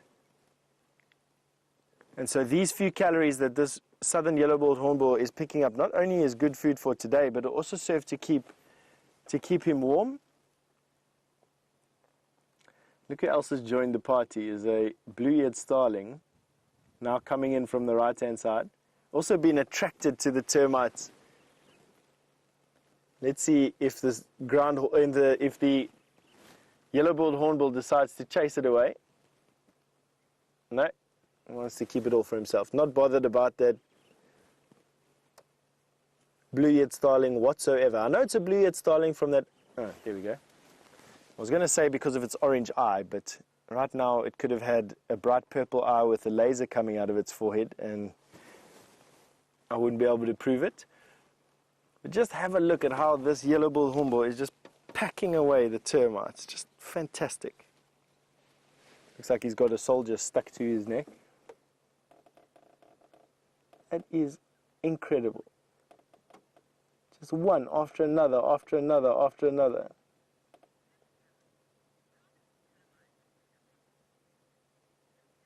So Kim, you've just asked me a question on how many termites these hornbills will eat. That's actually a good question. I don't actually know. Oh, there we go. I was actually going to suggest that we count them, but that's not going to work. So I want to say that enough was just that. That's probably the best answer that I can give you right now, was that hornbill's just eaten enough. He arrived on the scene, what do you think, Dave, probably about 4 minutes ago, and was packing away maybe 2 termites a second, maybe a termite a second. Let's call it a termite a second for 3 minutes. So that's 180 termites. How much does a termite weigh? Whew, I don't know. I'd say definitely not a gram. Maybe 4 termites to a gram. So I don't quite know how my maths is going to work, but that much, little bit, that many. A couple of dozen termites, I would say. Which is substantial. I mean, that particular hornbill will have enough energy now for tomorrow. So Emma, you've asked me what species of red-billed hornbill that was. To be honest with you, I just know it as a red-billed hornbill. But what I am going to do is just double check, because it's actually quite a good question. There's so many hornbills around here. Hornbill 42, it's going to be fairly easy for me to find, hopefully, here. Unless the book doesn't have it. So there, just the red-billed hornbill. It's just called the red-billed hornbill. That's the hornbill that found the termites, and he was deposed by the southern yellow-billed hornbill. As to species, wow, have a look at that name there, Emma. I'm not even going to try and say that. So, Toccus, genus, Erythrorhynchus. Erythrorhynchus. Erythrorhynchus, sorry. Toccus erythrorhynchus. Erythrorhynchus. Now that is actually quite interesting. Let's go to plate 13 here at the back. This book is actually quite amazing. So here I'm going to look for plate 13. Let's have a look here. Toccus. Toccus, the genus Toccus is onomatopoeic from its calls, and it's because it makes that call, that tok, tok, tok, tok, tok. Let's go to red bill, Erythrorhynchus, red-billed. There we go. Okay, so Erythrorhynchus means red-billed in Greek. So there we go. The red-billed hornbill, Erythrorhynchus toccus. So that's quite nice, eh? So the tuk-tuk bird that has the red beak, and that's how birds are named. And you know, if you were watching a little bit earlier, we had a conversation about where the kudu got its name from. And the kudu was the sound that it makes when it jumps, the kudu, as its back legs hit, so kudu. Whereas, and that wasn't anywhere close to its genus and species. It was the Tragelaphus streptoceros, whereas this is the Toccus erythrorhynchus, and that genus name is almost identical to the name of the bird, the common name. Hornbill, obviously referring to the big horn, has nothing to do with its sound, which the genus comes from. But yeah, quite cool. So, nice questions. Nice sighting, actually, out of some termites and a red-billed hornbill.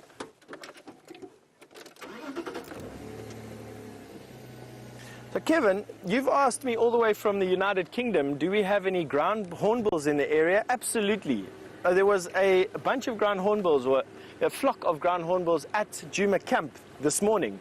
I didn't see them myself, but one of my camp staff at the moment that is in camp busy helping us prep for the new final control move has saw them around the camp, and we heard them calling this morning early as well. So they definitely occur. They're just so rare, Kevin, to be honest with you. They can't remember the exact number of hornbills, southern ground hornbills that we have in the park, but it's somewhere around 350. It's not a lot of birds at all. So to have them around and to see them is actually quite interesting. But the interesting thing, funnily enough, is this weekend that has just been passed, I saw for the first time a nesting box for a southern ground hornbill. And it basically, why southern ground hornbills are becoming so rare is that their trees that they use for nesting sites are being chopped down for wood and for ornaments and for all manner of things. And the birds are not breeding because they don't have good nesting sites. And it was just a matter of time before some genius decided to build a nesting site. And I'm not joking to you, it's a stump. It's a prefabricated stump. It's a made stump about this big and about this tall that you then wire into a suitable tree, and it has exactly the dimensions and the shape that the ground hornbills look for. And I'm just fascinated by that. I really hope it works. I have yet to find some literature on how successful these southern ground hornbills pseudo nests or nesting boxes are working. And so why don't I just ask you if you're interested in that sort of thing, Kevin? I'd love to know, and I'm sure the rest of us would all like to know about these nesting boxes, how practical they are and how successful they are. And you can obviously send through your answers through to questions@wildearth.tv or use that hashtag Safari Live, and I'll try and see if I can share it with everybody while we're on drive today. Alrighty.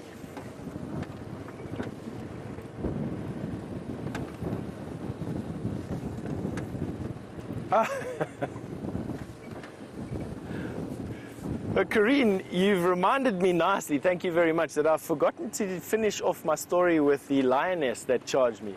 Well, we kept ourselves there for about 10 minutes, eyes locked.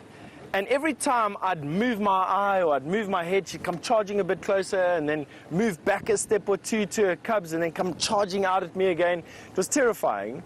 And eventually what happened was she allowed us to, firstly me to break eye contact, and then for me to take a step, and then another step, and slowly I created some distance. She didn't come charging out at me, she just increased the ferocity of her growls and her snarling. She didn't come rushing at me like she wanted to jump on me or jump on one of my guests. And I think she just got to a point after 10 minutes that she got to this understanding. I wasn't there to hurt her, I wasn't going to hurt her cubs. She just needed to get me or allow me to move away, and I was quite prepared to just create some distance. And that's all that animals really want, is they just want respect and B, distance from humans. And once I'd created that little bit of distance, her growls got a little bit softer. She allowed me then to turn around and get my guests under control, because by this stage I had a little girl behind me. Well, not little, she was probably 16 or 18 years old, somewhere around there. She had hyperventilated so bad, she was on the verge of passing out. And her father was having to help her down the road. And I actually had a couple that were on their honeymoon as well, and I had them talking about, I think she was accusing him of bringing her to a place that would end her life on their honeymoon. I mean, can't think of anything worse being killed by a lion on honeymoon. But anyway, we managed to get out of the problem, and the lioness, I hope her cubs are still alive today and thriving because of that. Anyway, and that's really the end of that story. Thanks for letting me finishing it. All right, we still have no life here. I must be honest with you, I'm not quite sure exactly what is going on.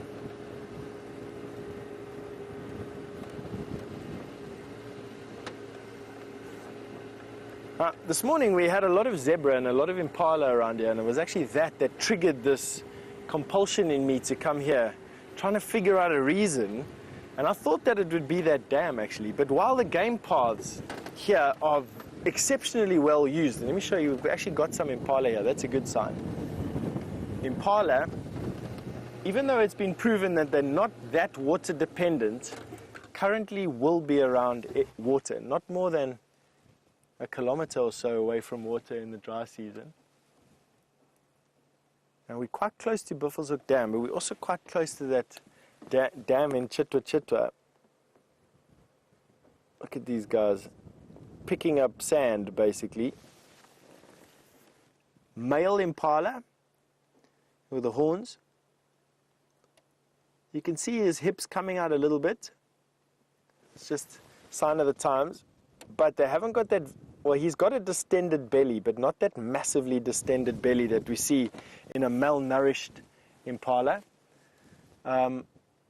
There's no doubt in my mind that we're going to start seeing some animals dying towards October. I have no doubt that we're going to see that. I was part of a drought in 2009, or let me rephrase that. I witnessed a drought in 2009 where we were losing about 5 impala on the concession I was in a day. So every day we'd go out and 5 impala would be dead, 5 more impala would be dead, with these massively distended tummies. It almost looked like somebody had stuck an air hose in their mouth and pumped their tummies up. But these impala are not there yet. All right condition, actually. I mean, all things considered. Quite mature impala these, actually. For a bachelor herd of impala, the 2 impala that we've seen have been definitely veterans out here. And I know that. Have a look at their horn tips. The last inch or so of their horn tips. If they are pointing towards one another, that one is not. Can you see those horn tips are almost pointing away from one another? There we go, you can see that. That is now a male impala that's past prime. And generally these guys are the mentors for the young bucks, the young impala coming in. These impala quite often form the sparring partners for the youngsters, and it's where the youngsters learn the finer art of sparring or jousting with their horns. And it's one of the reasons why I do not like trophy hunting. Hunting, this impala would be considered a trophy, but what happens when you take out a trophy male like this, even if he's past breeding, you take out that institutional knowledge, what to do when there's danger, what to do when does the rut start, how do you prepare, how do you fight. You take away that, and it's equally as important as a mature ram, or at least in my opinion.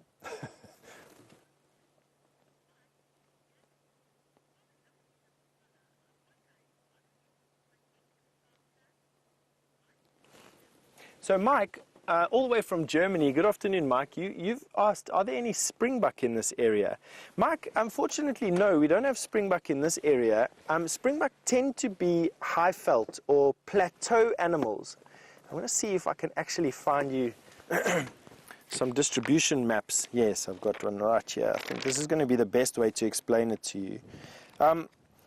They are on the inland plateau of South Africa, stretching all the way to the west coast. And I'm just going to have a look for springbuck. They should be fairly easy to find. So stick with me just for a little bit. I'm on S springbuck 419. There we go. This would be very easy to show you. All right. So springbuck, this is South Africa. South Africa is bordered by the Orange River, which is here. That's the Orange River. And you can see how springbuck are literally hemmed in by this plateau. This is the plateau, and then to the west coast, onto the coast, onto the sea. Where we are is here. And you can see that we're half a country away from where the springbuck start. Good, from here to there, 600 kilometers. From there to there, 600 kilometers. We're probably about 400 kilometers away from where we start to see springbuck, or where we could expect springbuck. and then all the way through to the west coast. In contrast, an impala, which is what we're having a look at right now, and that should also be just as quick to find.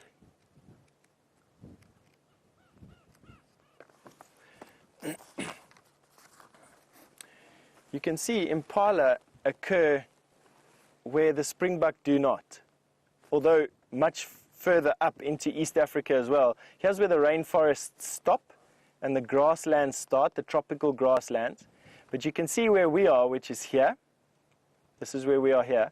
You can see impala are everywhere where springbuck are not. There is an overlap, a slight overlap here along this margin, but generally springbuck and impala are not found together. So I hope that helped. It's quite nice seeing it on a map. I always find having a look at a map, or at least for me, you know, sometimes my brain works better in pictures like that, and it helps a little bit to see why we don't find one or the other here. Impala, although impala are called water dependent, they're not really. But springbuck really are. They do not have to have water at all. They are water independent. And they can literally get enough water from the ground and the grass that they feed on. The plants, excuse me, they are browsers. Whereas an impala is a mixed feeder, both browsing and grazing. Have a look at those impressive horns, eh? Excuse me, I've got a bit of a frog in my throat. I think friend Brent has passed on his cold to me. They just love their colors.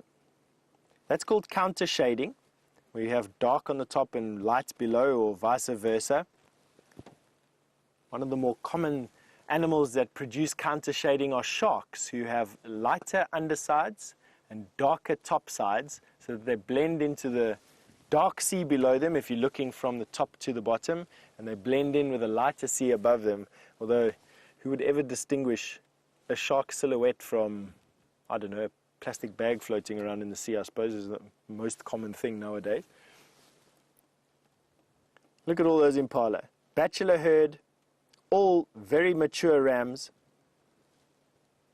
And why they are together at this time of the year, alone and apart from the females, I'm not too sure.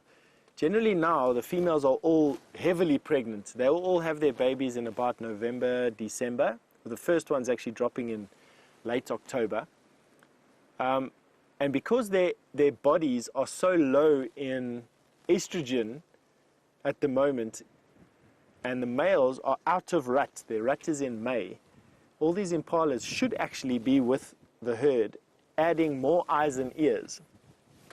I think what would be nice is to see if the herd is not in front of this particular impala. But while I do that, Brent has a big furry surprise for you.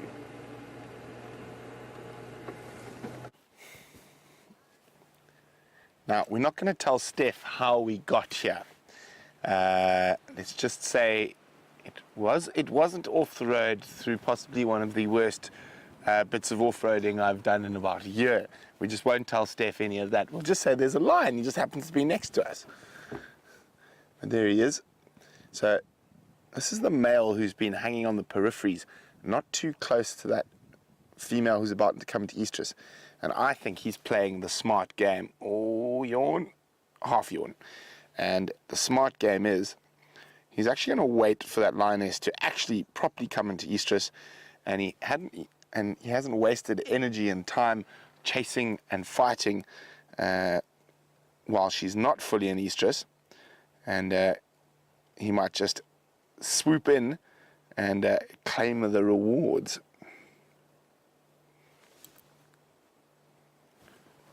I just saw the other male behind you, Brian, but I think I can see half a lion in the bush.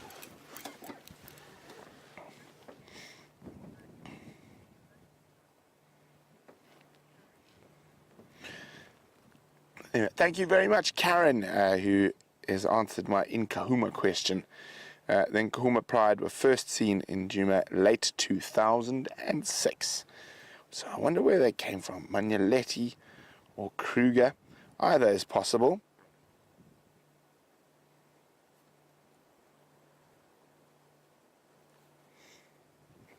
Well, it's quite nice he's actually up and about a little bit. Normally, they'll be fast asleep.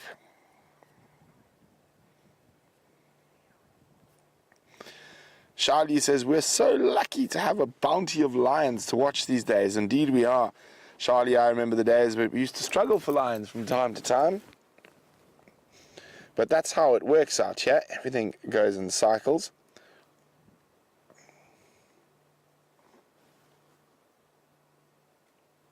Giving himself a good lick.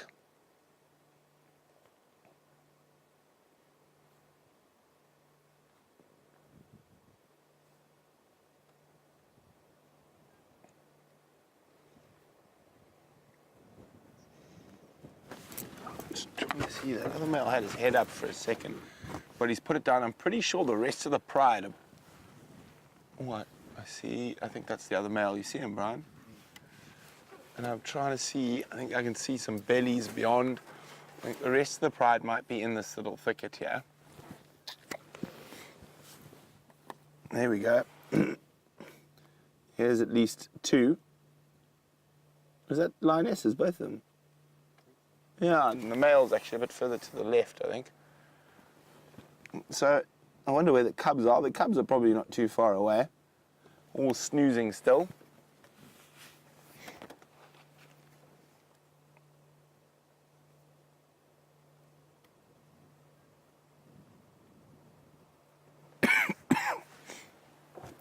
Now he's still doing a bit of grooming.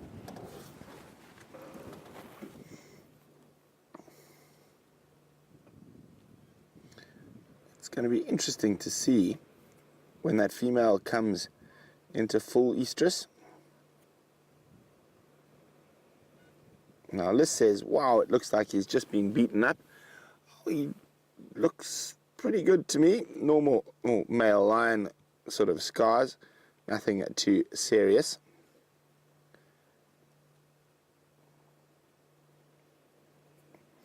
Not a proper male lion unless it looks like you've been in a fight. That's why with photographs you can always tell the difference between a captive bred lion and a lion from the wild. Wild lions are full of scars and nicks and tears, and they're quite often, well, very often, always having a little bit of a limp. Whereas those captive bred lions you often see in photographs are those picture perfect, not even a little scratch on the schnoz.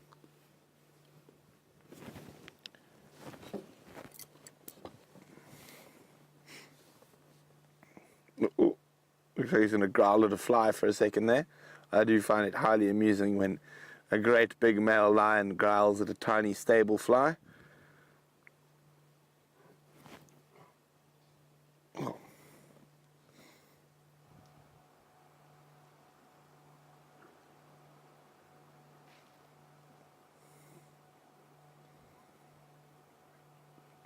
Now, this is the largest member of the order Carnivora in Africa who's going back to sleep. So let's go across to Steph, who's got the smallest member of the order Carnivora, looking for a meal.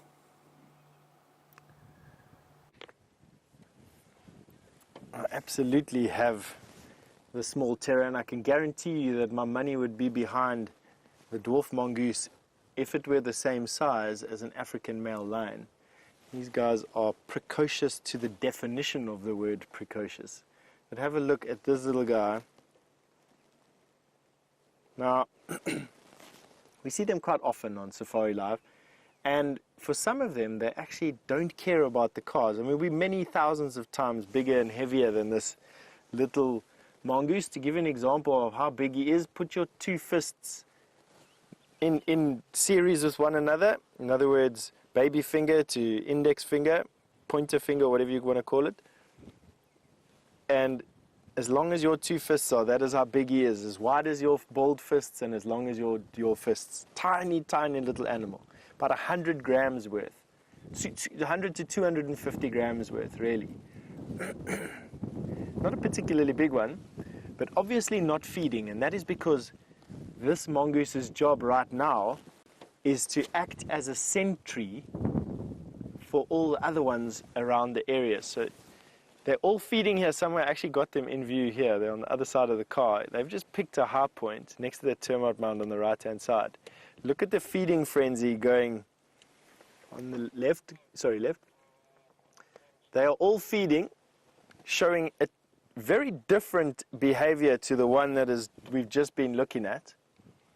And that's because this one we were looking at was the sentry. These ones are feeding while they know their back is covered. They're looking for insects, scorpions, beetles, spiders, termites, centipedes, baby mice, young small snakes, anything that they can find. Boom. And that's probably where they're going to be spending the night. They spend nights in termite mounds. Let's come back to this one. He's still sitting on his branch, doing his job very well. I must clap for this little guy. There we go. Oh, they're awesome.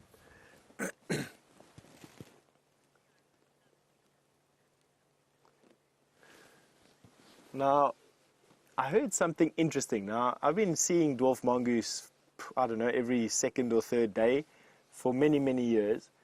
And one thing I do want to say is I never actually have seen one anal paste. Now, I know it sounds a bit macabre and disgusting, but they mark their territory by excreting a glandular secretion from their anal gland under their tail. And they do that by reversing, doing a handstand and reversing up a branch and touching that branch with this gland. It looks like this little one is going off to find another high point. We might have to just change the location of where we are at the moment. Oh, there he runs away. All right. He didn't want to play anymore. They're all gone. Let's see if we can show that one underneath there. He's digging underneath that double stump on the ground there. Let's see if some more want to come out and play with us. Right of the termite mound? Yeah, this time the right way. Yeah. I said right just now, Dave was confused. I'm digging through the leaf litter there. So the anal paste, by doing a handstand and then sticking their bottom onto a stick or a rock. But inside the termitarium that they live in, a male will anal paste against, the dominant male will anal paste against the north wall. Can you believe this?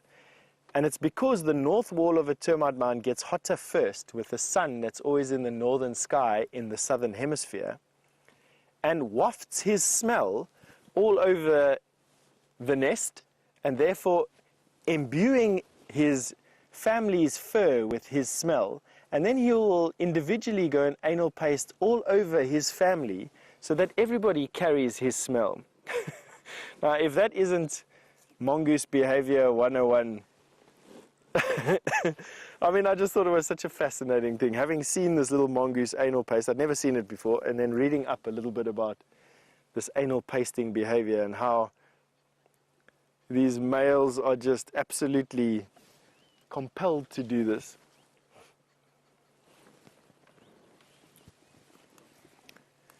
So B. Wilson, you've asked me if these dwarf mongoose ever get into cars similar to how squirrels do in the US. Not that I've seen. To be quite honest with you, I have never seen a dwarf mongoose climb into a car or come even close to a vehicle. They get about as close as this little one was on the stick to us all the time, but none closer than that. That said, though, they do habituate quite well. You obviously know, or potentially know, that you can habituate suricates, meerkats, quite well. I've had a meerkat crawl up me and sit on my head, like use myself as a sentry post. And they've just started to do it with dwarf mongoose, close to where I live. There's a lady from the UK studying the behavior of mongoose, and she has, I don't know, 2 or 3 of these clans that she's got habituated to them. And you can literally sit in the bush and crawl around them and have them basically come and interact, but not with you. And I just thought that it was such an interesting thing to do. So they can actually get very used to you, but not climbing in the cars, not yet at least anyway. Now, let's see what's just landed. It's a purple roller that's just landed in the tree here. But Dave, I don't think from this angle we're going to get him. I am going to try though. I want to show you a purple roller. I go forward just a little bit.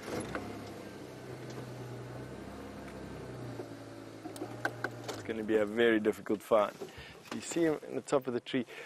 Oh, excuse me. Oh, excuse me. Gee whiz. That was right in the microphone. Go right. Right. Sorry. It's going to take a bit of time to find. We'll be with you in a second.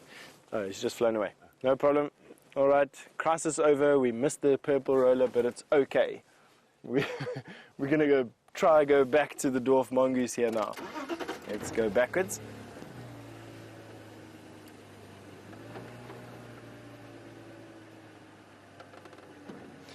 Hi, Joanne, you've asked a very nice question there. Are the termites still home when the mongoose move in? Absolutely, Joanne, but what I think is that the termites are under attack from the second that the mongoose move into the termite home, and realizing that every time they come to their defense of their mound, they just get eaten. I think all they do, or have learned how to do, is just wall off that particular chamber, leaving it for the mongoose to inhabit. So I would imagine that all it takes is a couple of minutes and the termites would have vacated those chambers, left them to the mongoose until the mongoose leave, and then they would use that chamber again. But yeah, I've always wondered the same thing, to be quite honest. It doesn't make sense that the mongoose would let themselves be bitten by all of the termites all the time, and it also doesn't make sense to me why the termites would allow themselves to be eaten just the whole night. It just doesn't make too much sense. I can only imagine that it's because they create such a disturbance, the termites just leave, and then it leaves them alone for the evening. And of course, it's warm inside a termite mound. You're looking at 27 degrees centigrade winter and summer. They're protected from all the elements. Unfortunately, do share it with a lot of snakes. Puff adders, black mambas, cobras of all sorts, all like to go into termite mounds, pythons, and they all feed on these mongoose. So I can only imagine it must be terrifying. Warm but scary would be how I describe it. They're back on that stump there now, Dave, on that lying down stump in that gap there, sunning themselves. There we go. Coming into the screen from the left-hand side. So when it's very thick bush, just to give you guys a bit of a technical, when it's very thick bush, Dave's screen is filled up with this red mush of everything that's out of focus. The camera literally screams at him to tell him to focus. And it's a very difficult thing to see through all that mush to get the tiny little animal like this. The fact that you got it, before the sun went down, or tomorrow, or the next day even, is amazing. So thank you, David. So there they're socializing.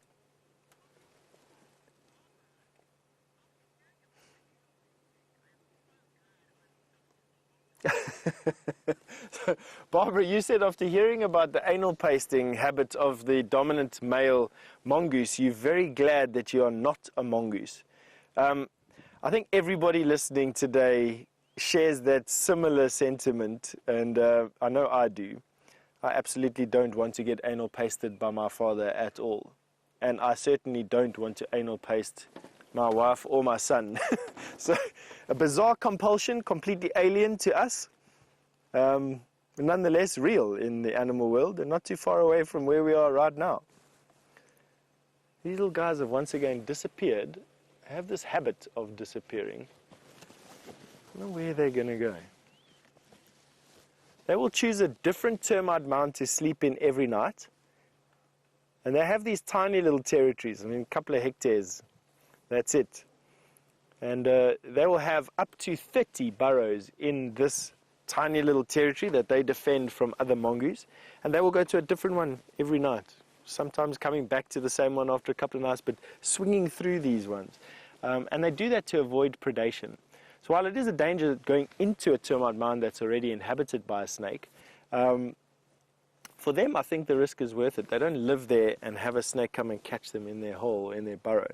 And they'll also be eaten by things like jackal. They'll also be eaten by things like, a whole number of things. They're back again, Dave. They're messing you around. I think they're playing a hide-and-go-seek game with us. Up a bit, yeah.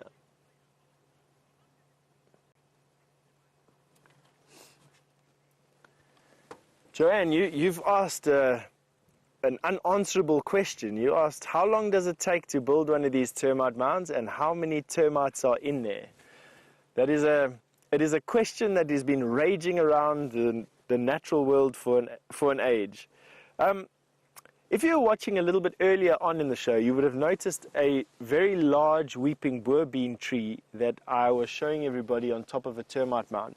That tree, they grow incredibly slowly and was probably in the region of about 150 to 200 years old, growing on top of a termite mound. That termite mound, there's no doubt that the tree was growing on top. The mound didn't grow through the tree, for instance. As to how many termites in a termite mound like that, millions. Absolutely millions. I don't think anybody's ever counted a termite, the amount of termites in them, but definitely in the region of millions of termites per mound. And then a very interesting fact I heard the other day, whether true or not, I'm not too sure, but the total weight of termites in the Kruger National Park equals the biomass of mammals above it. So if you can imagine, all the elephants, all the rhino, all the buffalo, all the lion and leopard and impala and kudu equal the total mass of termites that live below the Kruger National Park. That is a staggering amount of termites.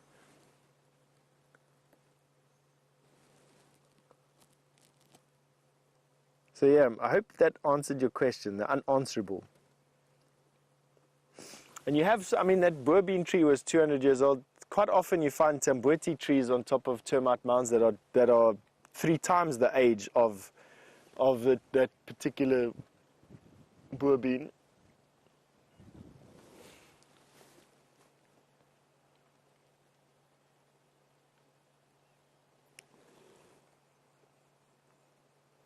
Just so peaceful watching these little guys. They haven't really moved away from this mound. I think they're going to sleep here, and they foraged for the day.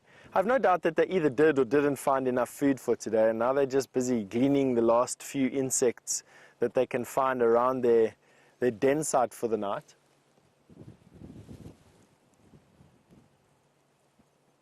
But it all is just a bit of a social game.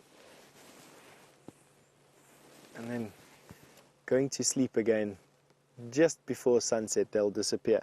They're actually quite late risers. By the time we get back from walk in the morning, 9 o'clock, 8:30 to 9:30, 9 o'clock, sometimes these little guys haven't even risen out of their beds just yet. And on really cold days, you see them suntanning. At 10 o'clock in the morning, you see them suntanning on their mounds, lying on their backs, enjoying the sun. So they're really, I don't know, if you were to come back as anything, coming back as a dwarf mongoose wouldn't necessarily be so bad. Apart from the fact that snakes and every eagle want to eat you.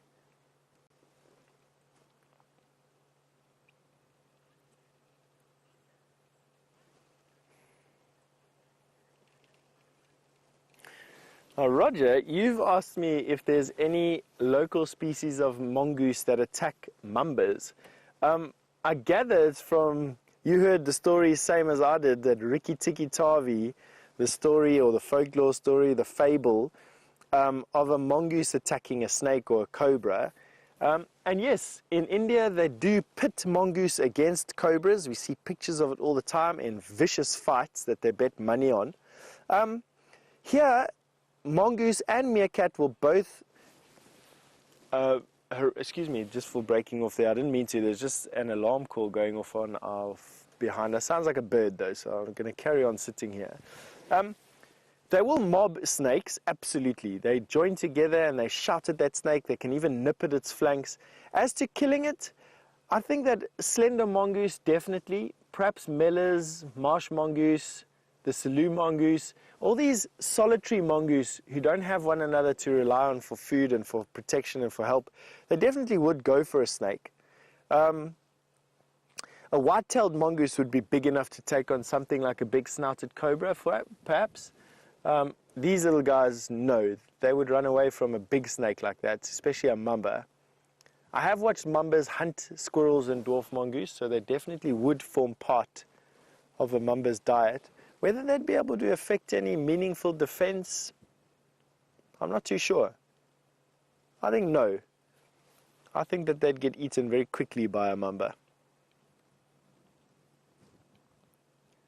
Now you can see, there's easily about 5 or 6 of them there. I can't really see exactly how many.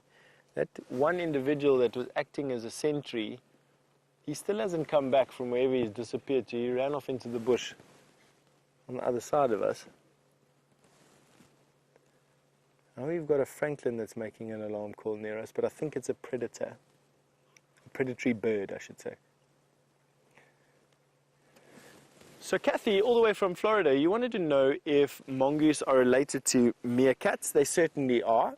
They're in the same family. I don't quite know how it is, my taxonomy isn't that good, but they're definitely part of the carnivora, and then they are in a subgroup from that. I'm not too sure exactly how to...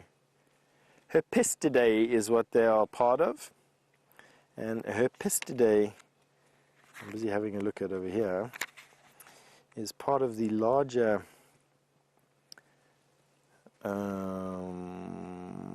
let me see over here. Herpistidae, the family, and then carnivora, and from carnivora, Canidae.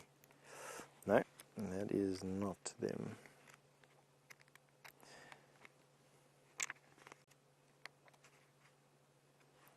So no, this book not giving me the taxonomy answer that I'm wanting.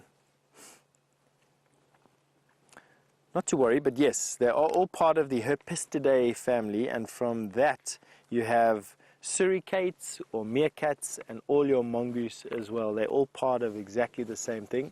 Slightly, the family or the order that I'm thinking of, I cannot remember it for the life of me as I'm sitting over here now. Also includes things like the honey badger, the civet, all the genets are also part of this particular family, and then they're all part of the broader carnivora family that lion and leopard and cheetah are all part of as well.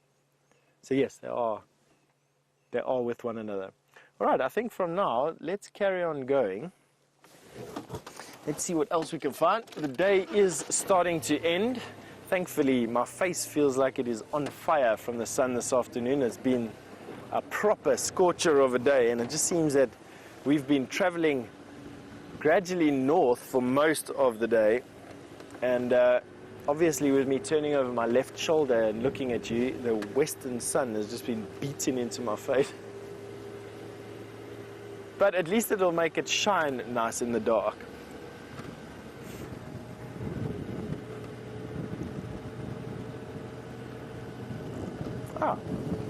So, I've just been told by Lou that there's a beautiful breeding herd of elephant that is at the Jumapan right now.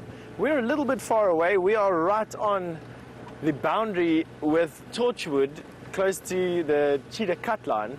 So for us to get there before they move off is probably going to be a tall order. I definitely don't have the heavy accelerator foot that friend Brent has. But there's a dam camera there, and you can go and have a look at the dam cam views of those herds of ellies. I'm sure there's something fantastic for you to see there.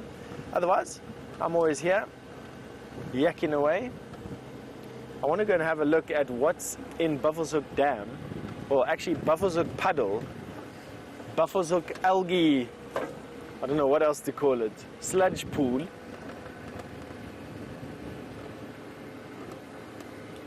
See how dry that got today. I'm expecting an elephant or a rhino or a buffalo or something to come along and splash out the leftover mud, and in that sense it'll end Buffelshoek Dam.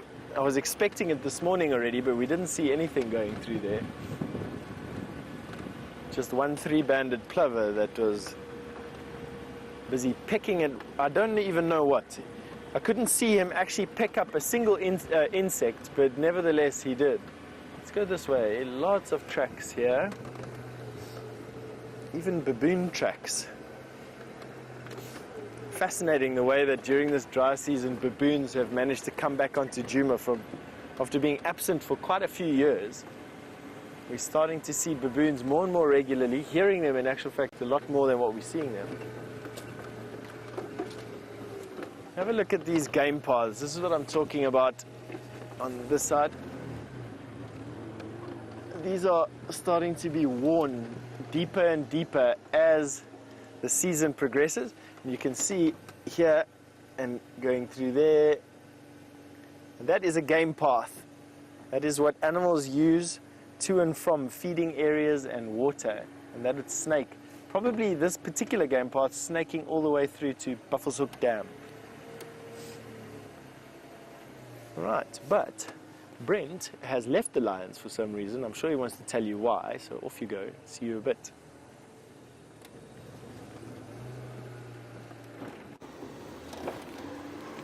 So the ladies from Gallagher camp were getting ready, making a fire, and they saw a male leopard drinking at the pan. And we were very close by, but we just weren't quick enough. But it looks like he headed west.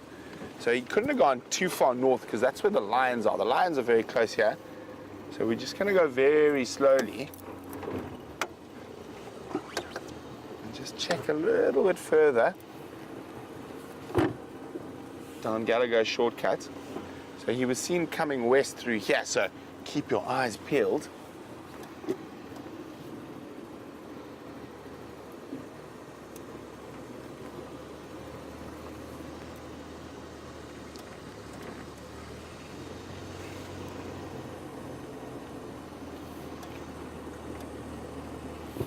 What we want to do is we're looking for that little white tip of tail. It's one of the best ways to spot a leopard when it's on the move. The other way is to listen.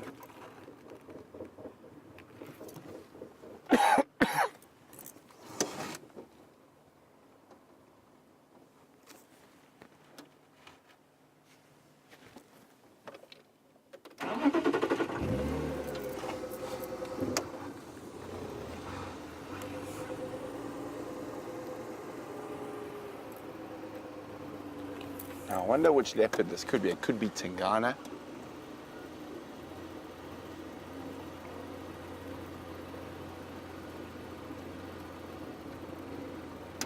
So on that direction that the lady is pointing me in, it should be popping out sort of this area. Although the lions are right here.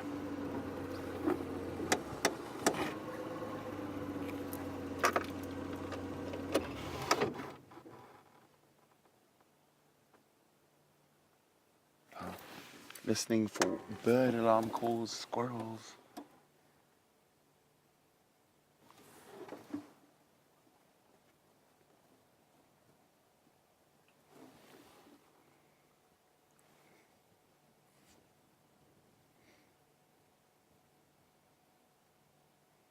It's amazing what a difference a minute or two makes sometimes.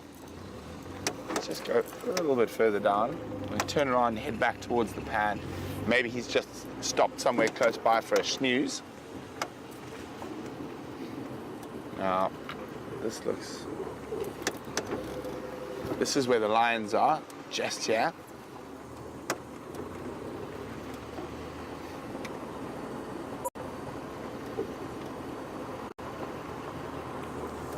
Now, X-Rang is saying that kangaroos often stamp their feet on the ground to let the other animals know that there is danger.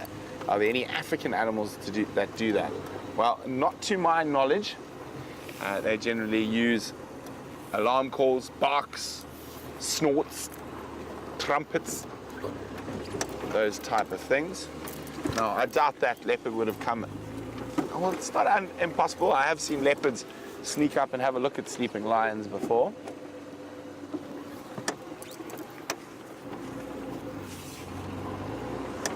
But I think discretion would be the better part of valor here.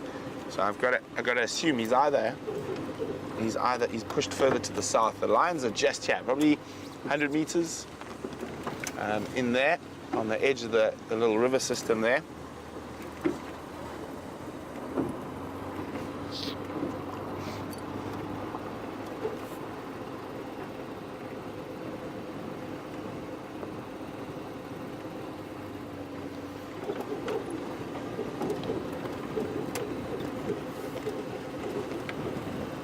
Come on, leopard.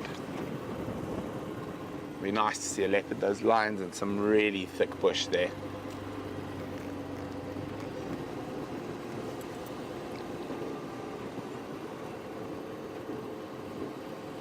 Didn't see any tracks crossing. For me, this is the type of area where you pop out. Let's just have a quick look. Any tracks here? Nope. So maybe he's just gone flat close to where the water hole is.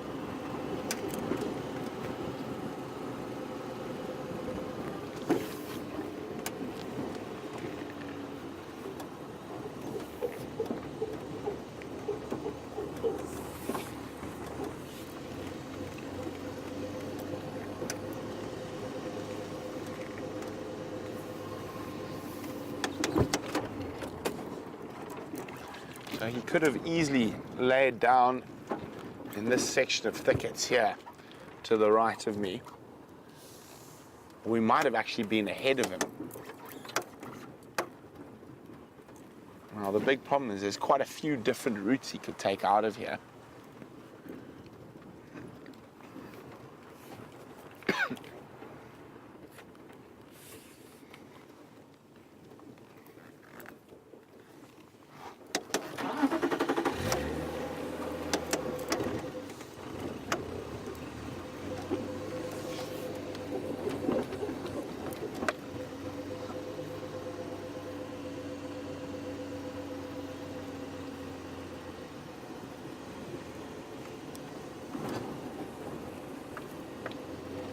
Where are you hiding, Mr. Leopard? What I think I'm going to go do is I want to see his tracks for myself. What do you think, Brian? Yeah, better than second-hand informations. He could also just have moved just out of sight of the pan and gone flop.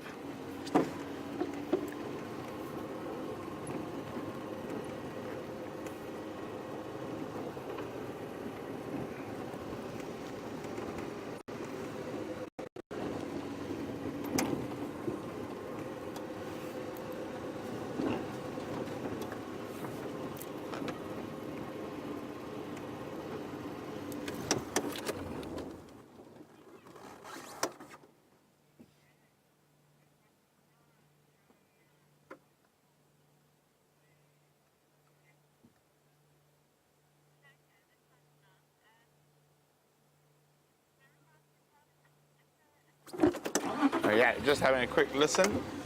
Thought I heard some go-away birds there.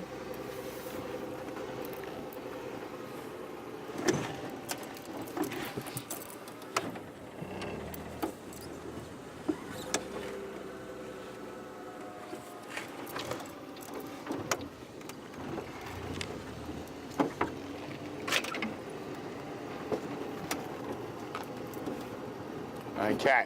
So I want to go back to where those exact last tracks were.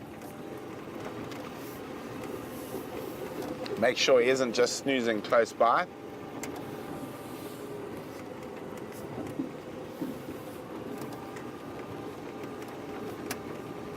Let's try to figure out which path he departed on.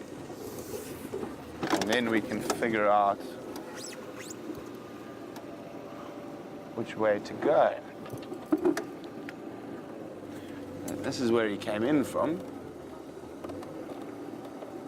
But while we try to figure out exactly what's going on here, let's go back to Steph at the Buffalo's Hook waterhole.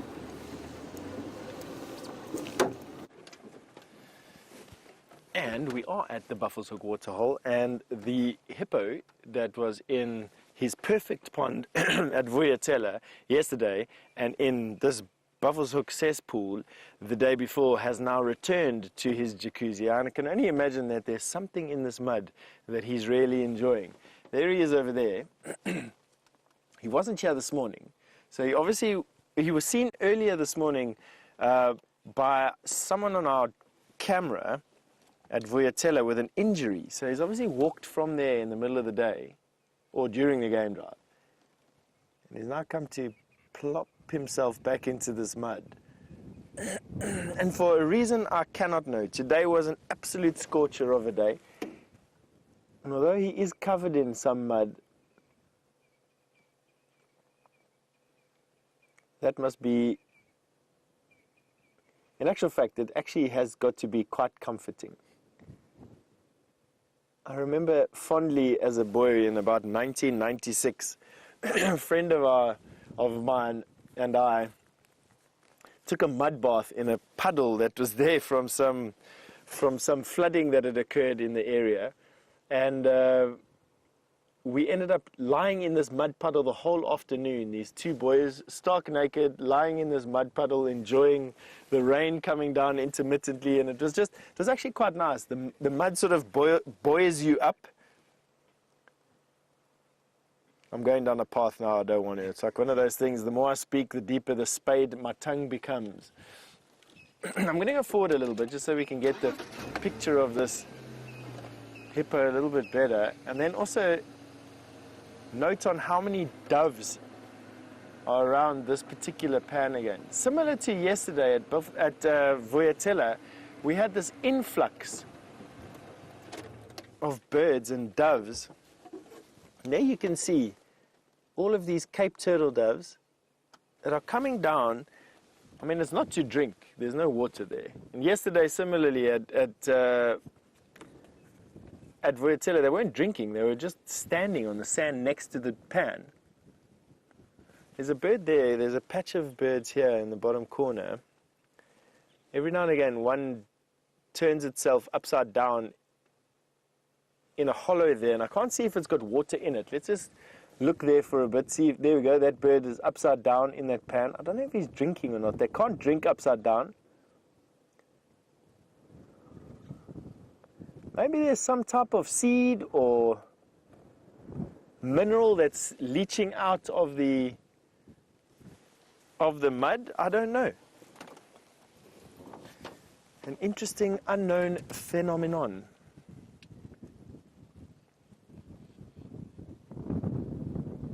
Very peaceful here. Our beard, hi, you asked, do hippos ever get stuck in the mud? Please excuse me, folks, I got a frog stuck in my throat. It's okay. I'm sure it won't be terminal. You've asked me if hippos ever get stuck in the mud, and to be honest, I've never heard of hippos being stuck in the mud. They are negatively buoyant, so they don't sink, neither do they float. So they basically can walk underwater at about the same speed as they can on land. And with their short little legs, with their 4 toes that can splay open, and with their bellies that are so wide and can support their weight on the mud, I think it would be quite difficult to sink a hippo, actually. That and their ecological function in a food web is to keep waterways dredged and open, so they're almost perfectly suited, probably from an evolutionary point of view, to not get stuck in mud. So I think, albeit, I'd like to say that if it was an exam question, I would probably say that no, they cannot get stuck in mud. I mean, there's always the chance that they do, but I've never seen it, I've never heard of it, and just me thinking about it a little bit cancels it out of my options list. There's some that are drinking now, some doves that are drinking now from an elephant's footprint. The water's seeped there, and they definitely are drinking. Very characteristic.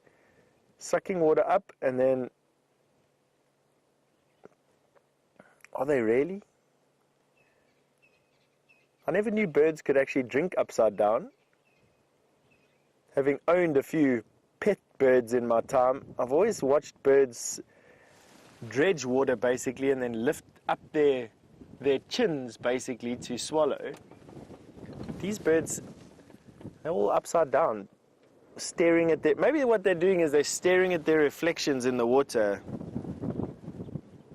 Let's see what this one does. He's a new arrival. She's a new arrival. Down to the puddle. There we go. Definitely in the water. I see the wings, I see the mouth opening and closing. Another new arrival.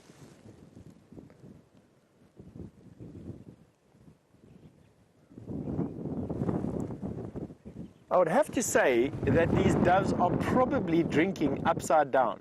I never knew birds could do that. That is an interesting observation. You can see that bird won't lift up and drink. There you go, just looking around. Ah, Brent's found that leopard that he's been looking for. Awesome.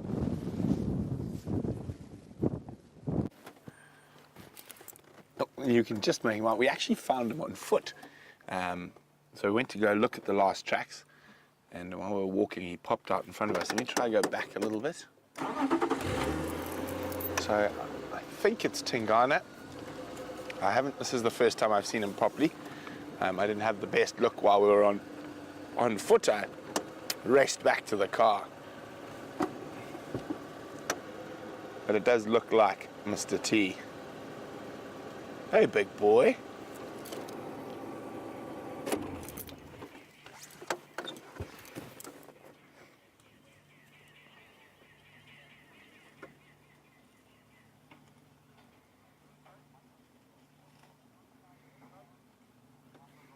On the march, and he is a great marcher, Mr. Tingana. So I feel quite lucky to have found him. Often we find his tracks going through the whole of Djuma overnight. He's not desperately hungry, but he could definitely eat.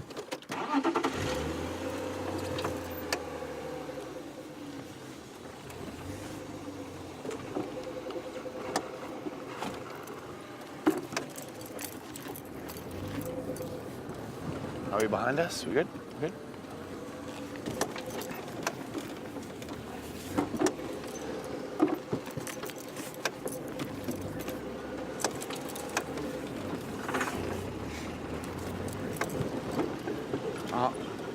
Looks like he might head back towards the pan. It could be because there were some elephants around there. Might have chased them off while he was still having his drink. And he definitely doesn't want to go back behind him because that's where the whole Inkahuma pride are. And we're just going to get up here, see where he goes. Let's just park over here. Let's just see where he goes from here. And then we can decide what our plan is going to be. So he's going to pop out in that little gap there shortly.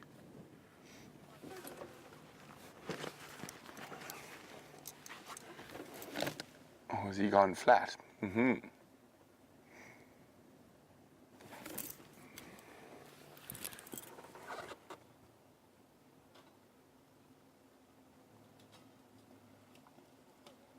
Well, it looks like he might have stopped, so.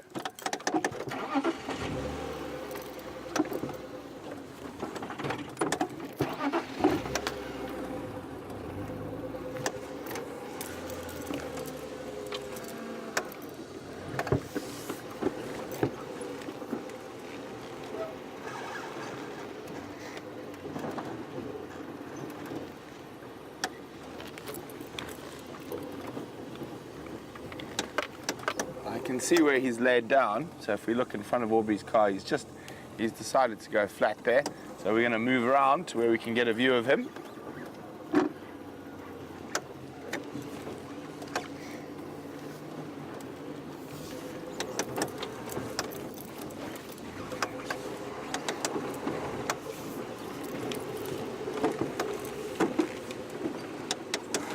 Oh no, he's up and moving again.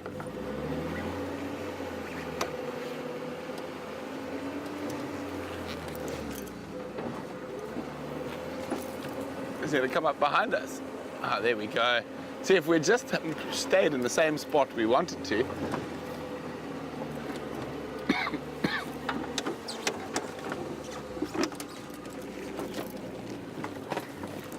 There you go, you got a gap, Brian? There he is.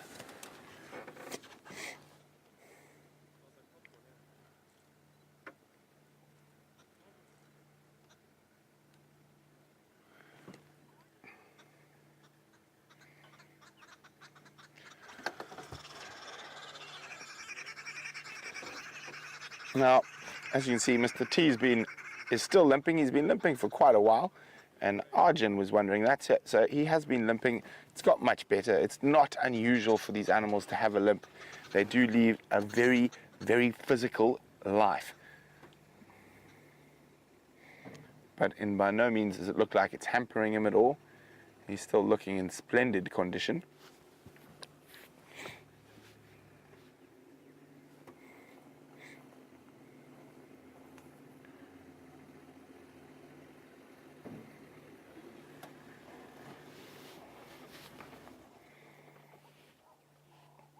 Well, thanks, Raisa. Raisa says, always so great to see a leopard. Well done for finding him. Well, we've got to thank the ladies at Gallagher's. Without them, we wouldn't have even known he was here. We would have been sitting next to a fat, sleepy lion. Worst ways to spend the day, though.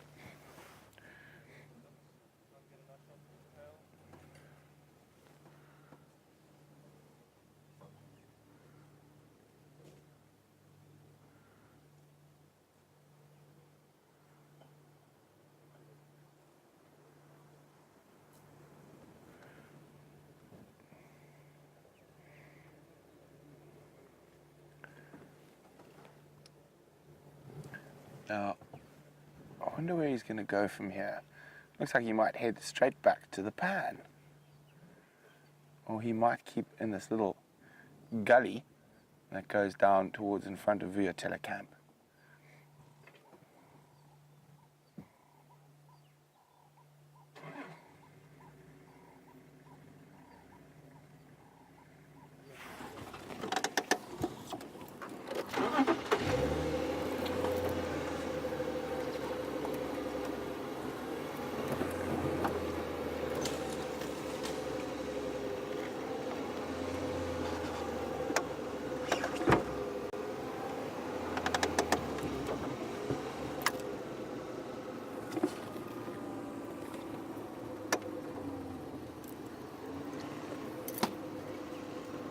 I think he's going to go into these thickets where we had Karula not so long ago.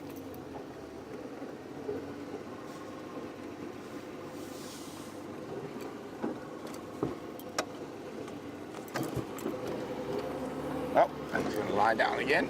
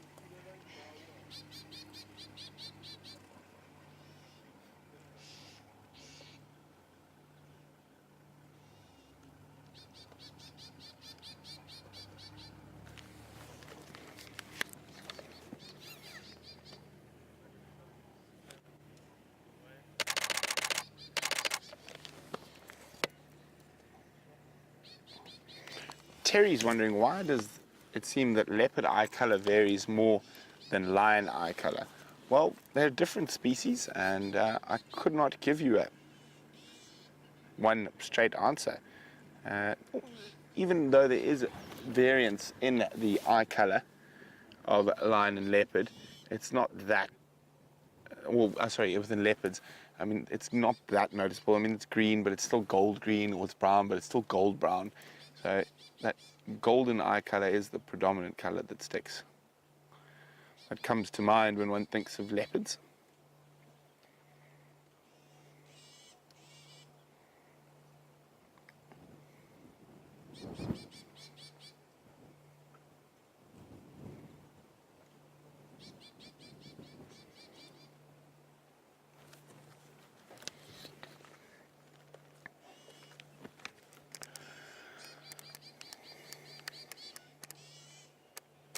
Now, Shannon is wondering, can a leopard outrun a lion or lioness?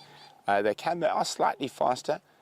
They probably don't have quite the same stamina as a lion, so they'll generally run very fast and then try escape up a tree.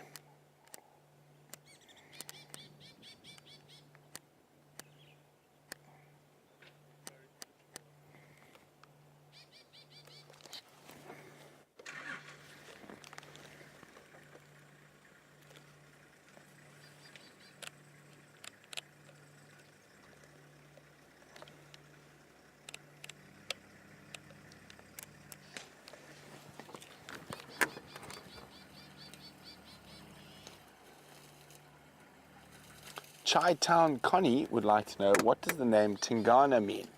Well, when he was first seen, he was quite unrelaxed around the vehicles, so Tingana means the shy one. There you go, he's on the move again.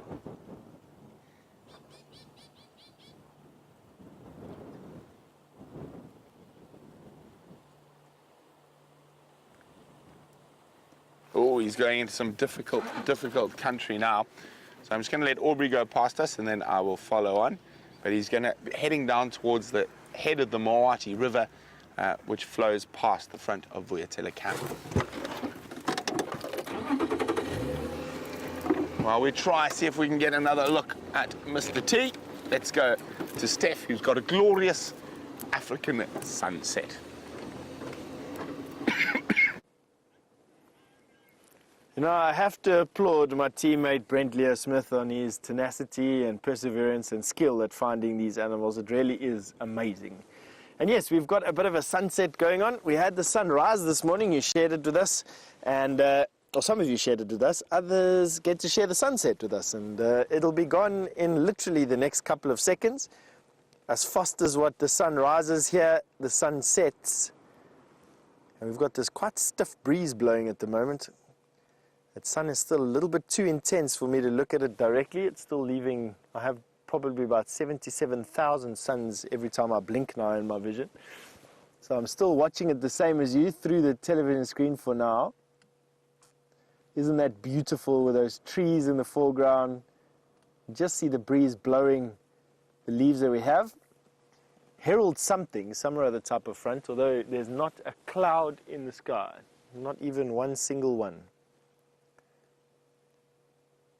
You'll watch that sun set now. You'll be able to mark its passage on that tree that it's just behind, or behind. You'll see that it'll disappear. On one edge now will disappear.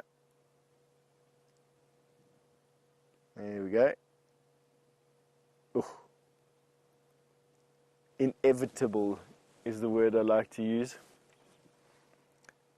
There's just nothing you can do to stop that. It's been going since the very, very beginning, and be until the very end. Some say that we've got another 4.5 billion years of energy left in that sun before it swells up and engulfs us and whoever is left on the planet at that stage. Can you just imagine what it's going to be like? For the first 4.5 billion, everything you're seeing around you, everything that you've experienced with us, everything that we see every day, will just carry on going for another 4.5 billion years. My mind just wants to explode thinking about that. Almost gone. I don't even know what the time is now, but it's probably approaching around about 5:30 or so. Just after 5:30.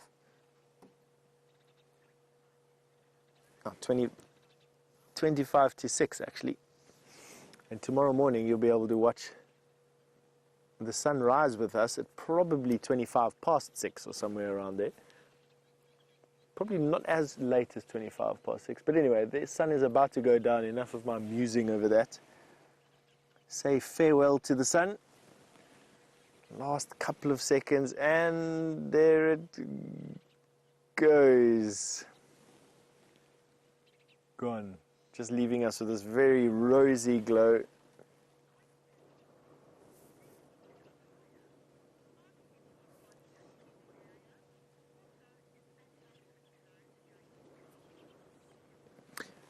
So Deb, all the way in Ohio, has asked me two different questions.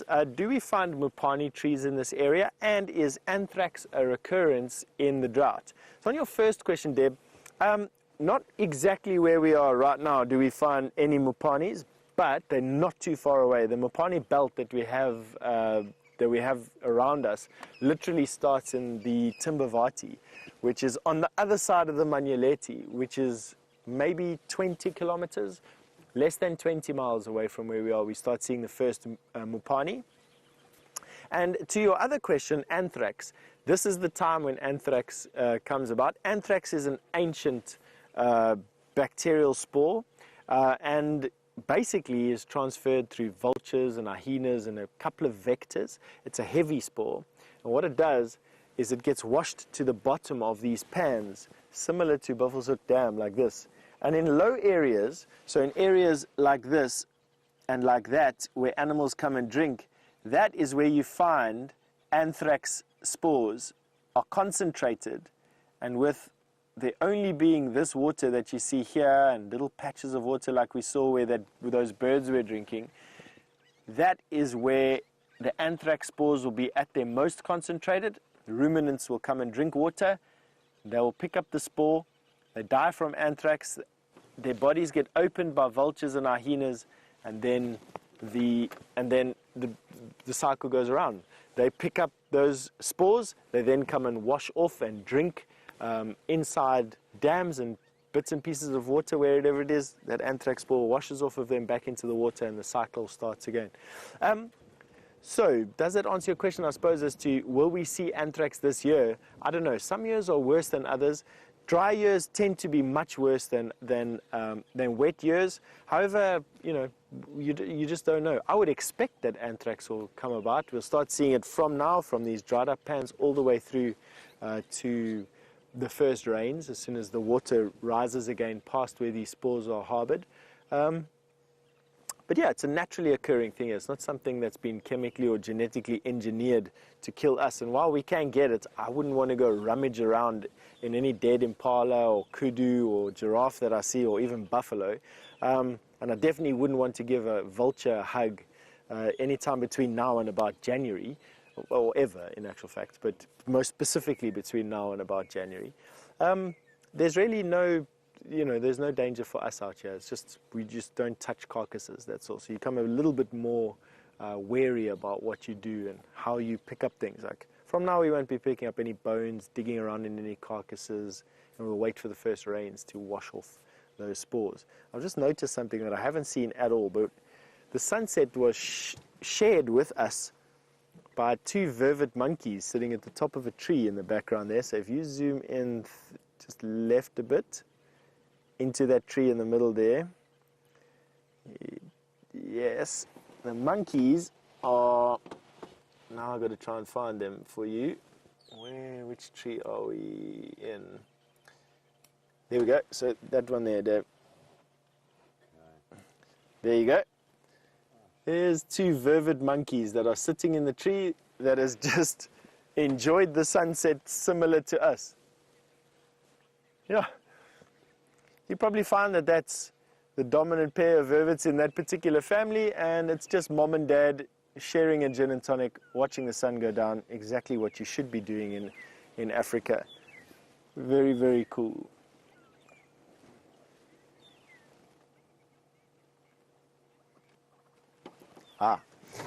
Andrew's asked me a question, which is my favorite, sunset or sunrise? Andrew, I actually enjoy both sunset and sunrises. They have such different feelings. This morning I had this feeling of anticipation. I didn't know what to expect. There were tracks around. I could hear the bush around me. It was a build-up of excitement. It was this build-up of just a lot of positive building things.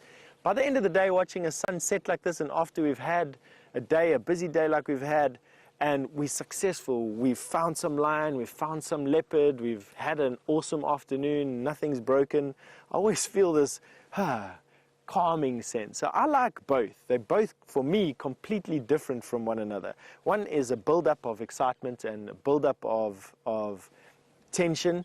but in a good way. The other one is this release of stress and this sort of just relaxing feeling. So they're both very different from one another. I like both, even though they're both similar and generate different feelings in me. I hope that answered your question there, Andrew. Do you have a favorite, a sunrise or sunset? Let me know. I'll share it with everybody if you want. Otherwise, feel free to just comment on how you feel around sunsets and sunrises. Now, this hippo hasn't even flicked an ear. Let's go forward a little bit more. So our beard has just commented that sunrise is his favorite. Now, I feel with you. I think a lot of people enjoy sunrise. It's just such a pity around the world not too many people get to, or not too many urbanized people. Let me change that. Not too many urbanized people get to enjoy sunrise. It's just such a rush. I just want to show everybody those two vervet monkeys now. We haven't got the camera that has that punch-in zoom. We just got one of our older, better cameras, the vintage camera.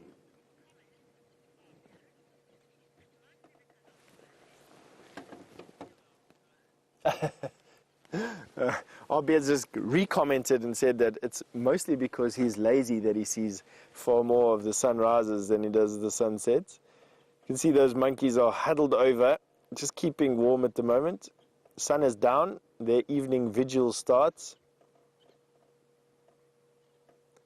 I see that the one on the right-hand side has a youngster.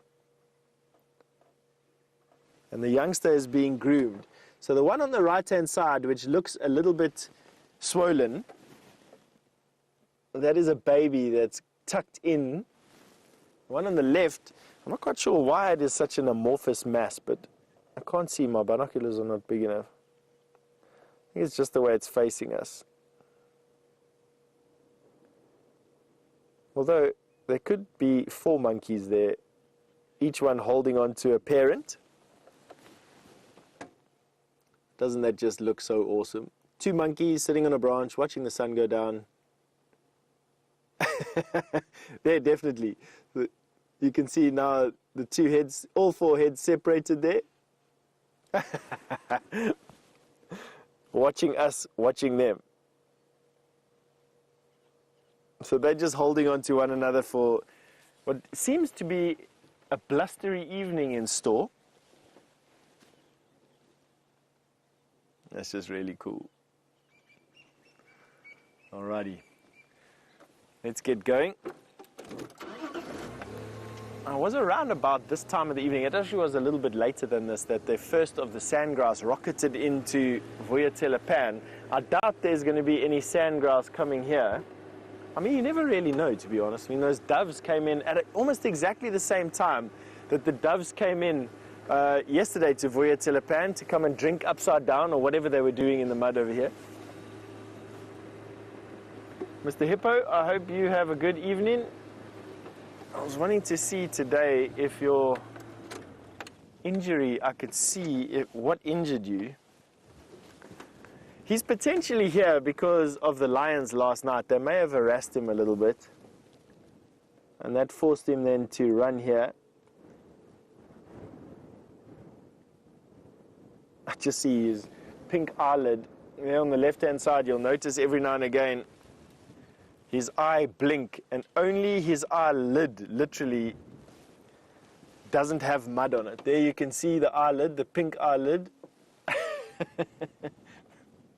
Shame. I mustn't laugh at this poor guy. Oh, I cannot imagine how difficult life needs to be or is for these guys right now. Unappealing. Good luck, Mr. Hippo. Enjoy your evening. All right, and on that note, and because we are going to get going now into this wind, it would be a good thing to send you over to Brent, who's got an update for you.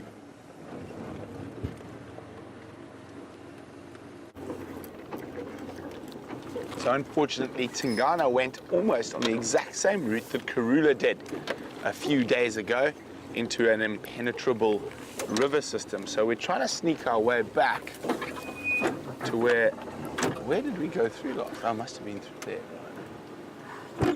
To where that male lion was, but he looks like he's moved. think I see a gap through there.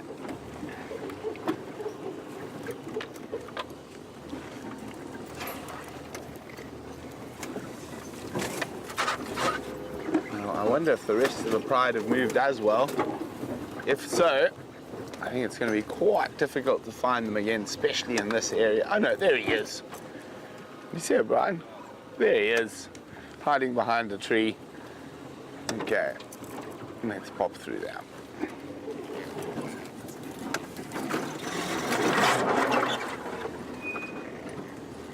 Oh, none of the pride have moved as well. They're all lying through there. That's them there. Oh, head up.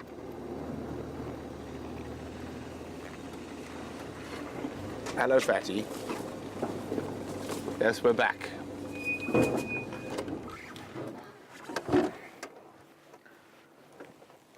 I wish there was a way to get into where the cubs are. Unfortunately, there isn't.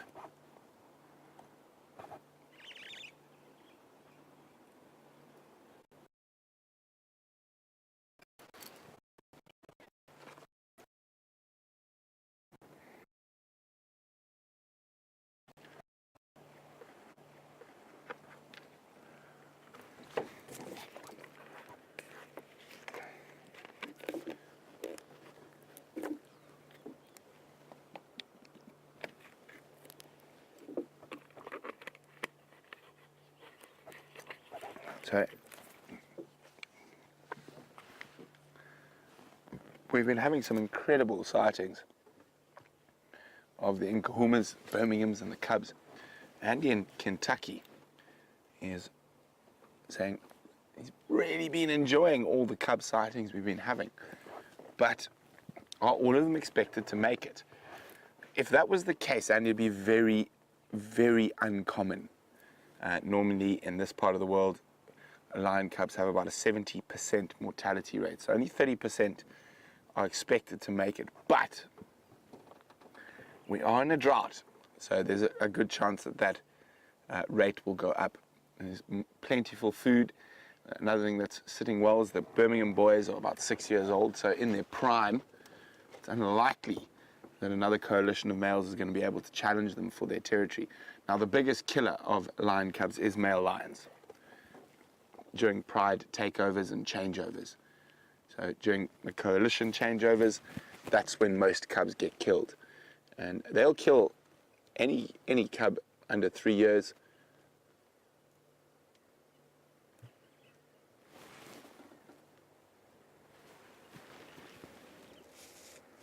I'm just going to try to move a little bit forward. That one lioness has got her head up.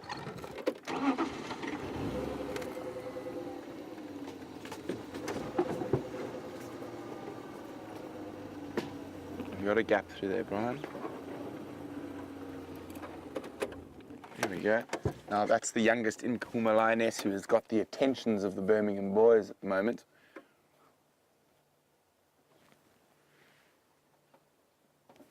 And the rest of the pride and cubs are just off to her left. We can't really see though, unfortunately. They're about, where's my finger? Oh, I've lost my hand. More left, ah, there. They're in there. All spread out through there. Right on the edge of this little gully system.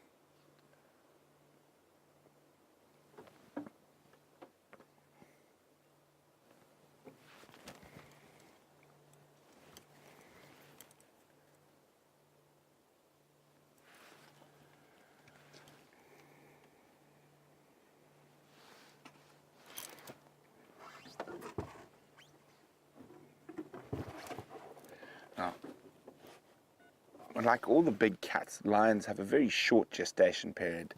Emma was asking that. It's between 90 to 110 days.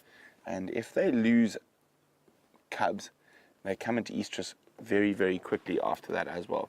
Sometimes within a week of losing cubs, they'll be mating again.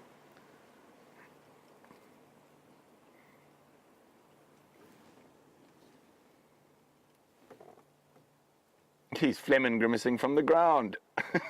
Lazy, lazy lion. Oh, at least he's raised his head a little bit. That's the other Birmingham boy who's here at the moment.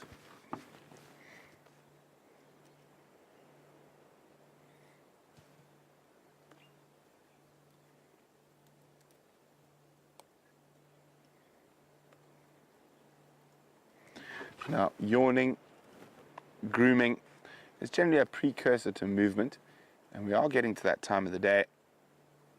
Oh, get lost, you. She's been trying to avoid his attentions for the last 3 days, but with not much success.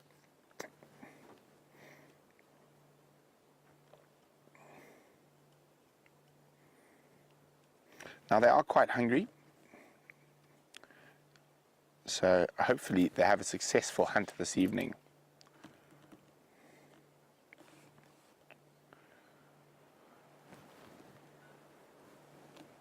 Oh, big yawn. Now, Mia in Illinois is saying, do lionesses have a preference for scarred males versus non-scarred males? No, Mia, they have a preference for who's the most dominant. And in a male lion coalition, that changes constantly. There is some research to say they prefer darker maned males, but at the end of the day, a male lion who's the most aggressive and is able to push off the other suitors wins. Now, the theory behind the dark manes is that the darker the mane, the higher the testosterone level.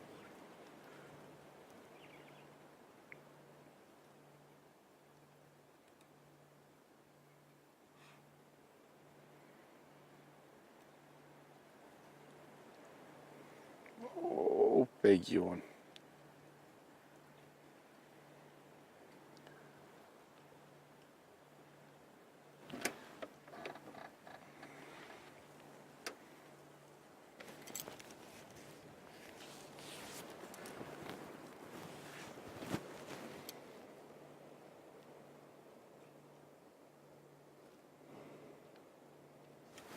Oh, he rolled over.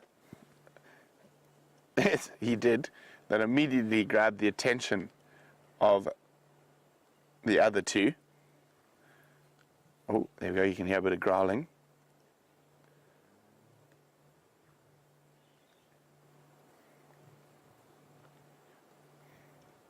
I think he might get snapped at.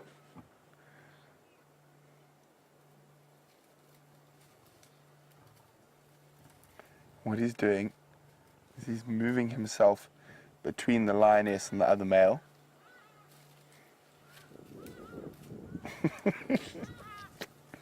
So silly.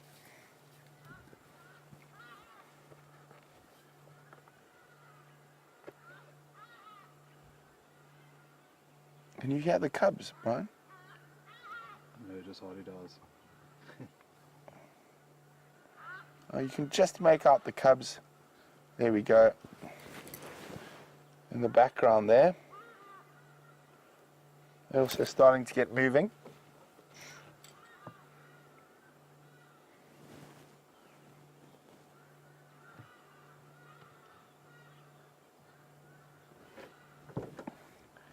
So I wonder if the Nkuhumas are going to have success on this windy night. Windy nights are better for the big cats to hunt.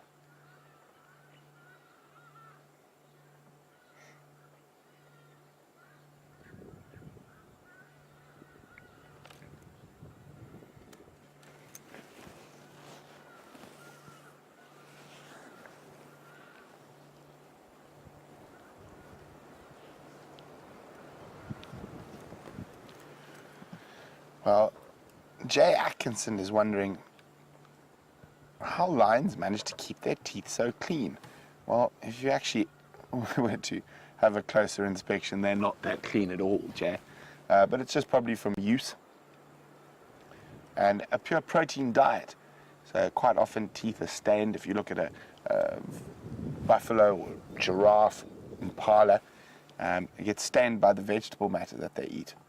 So with a pure protein diet, they don't really get those stains on them. But if you look closely, they're not teeth. They're not very clean. They've got plaque.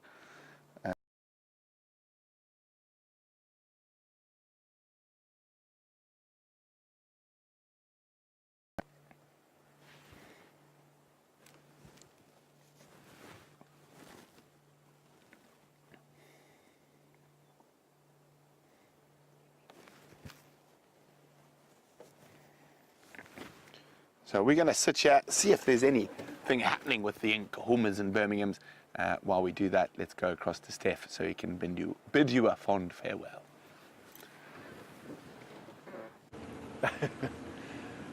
Thank you very much, Brent. I'm very jealous you guys have seen and found most of the animals today. And but all applause to you for that one.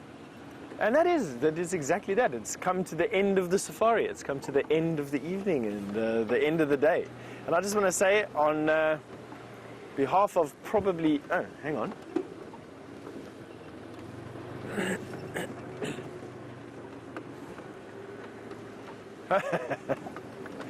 So Scott in Durban has said I'm obviously going to be very sick tomorrow and that he's offered to come and drive himself in my place while I die of consumption or TB or something else that I'm going to get over the evening.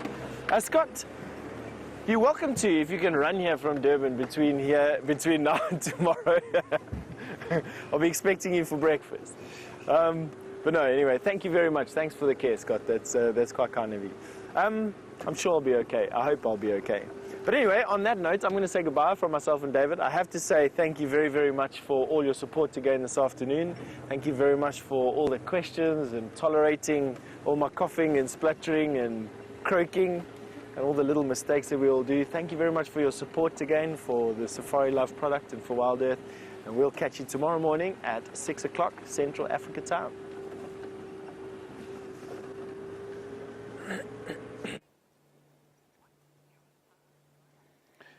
I'm going to spend our last moments of today's sunset safari with the lions, and hopefully they'll have a successful hunting evening and we'll catch up with them on the sunrise safari as well.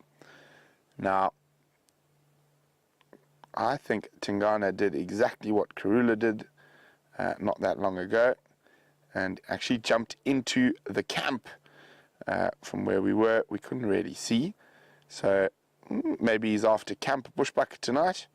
That'll make Brian happy because they are the pilferers of his sunflowers. Oh,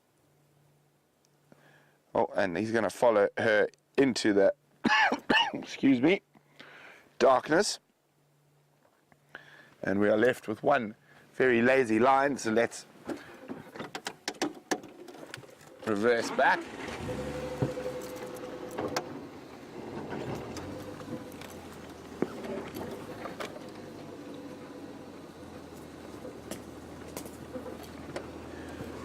Valeria in Massachusetts says, since I got the fox quiz right at the beginning of the safari, I would like to get another look at the fox thumb. And I thought foxes are scared of lions, Brian. A little bit. So I think that fox thumb's hiding in its hole at the moment.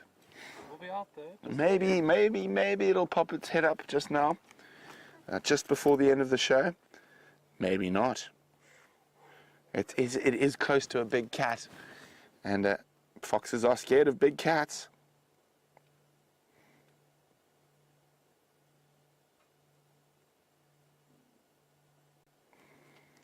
I still think this Birmingham is playing it smart, waiting for that female to actually get into estrus before putting all the effort in.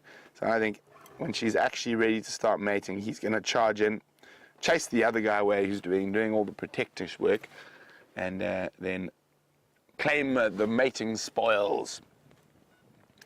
But we're about to end today's sunset safari. It's been wonderful having you with us, and we will be doing this all again in a few short hours on the sunrise safari.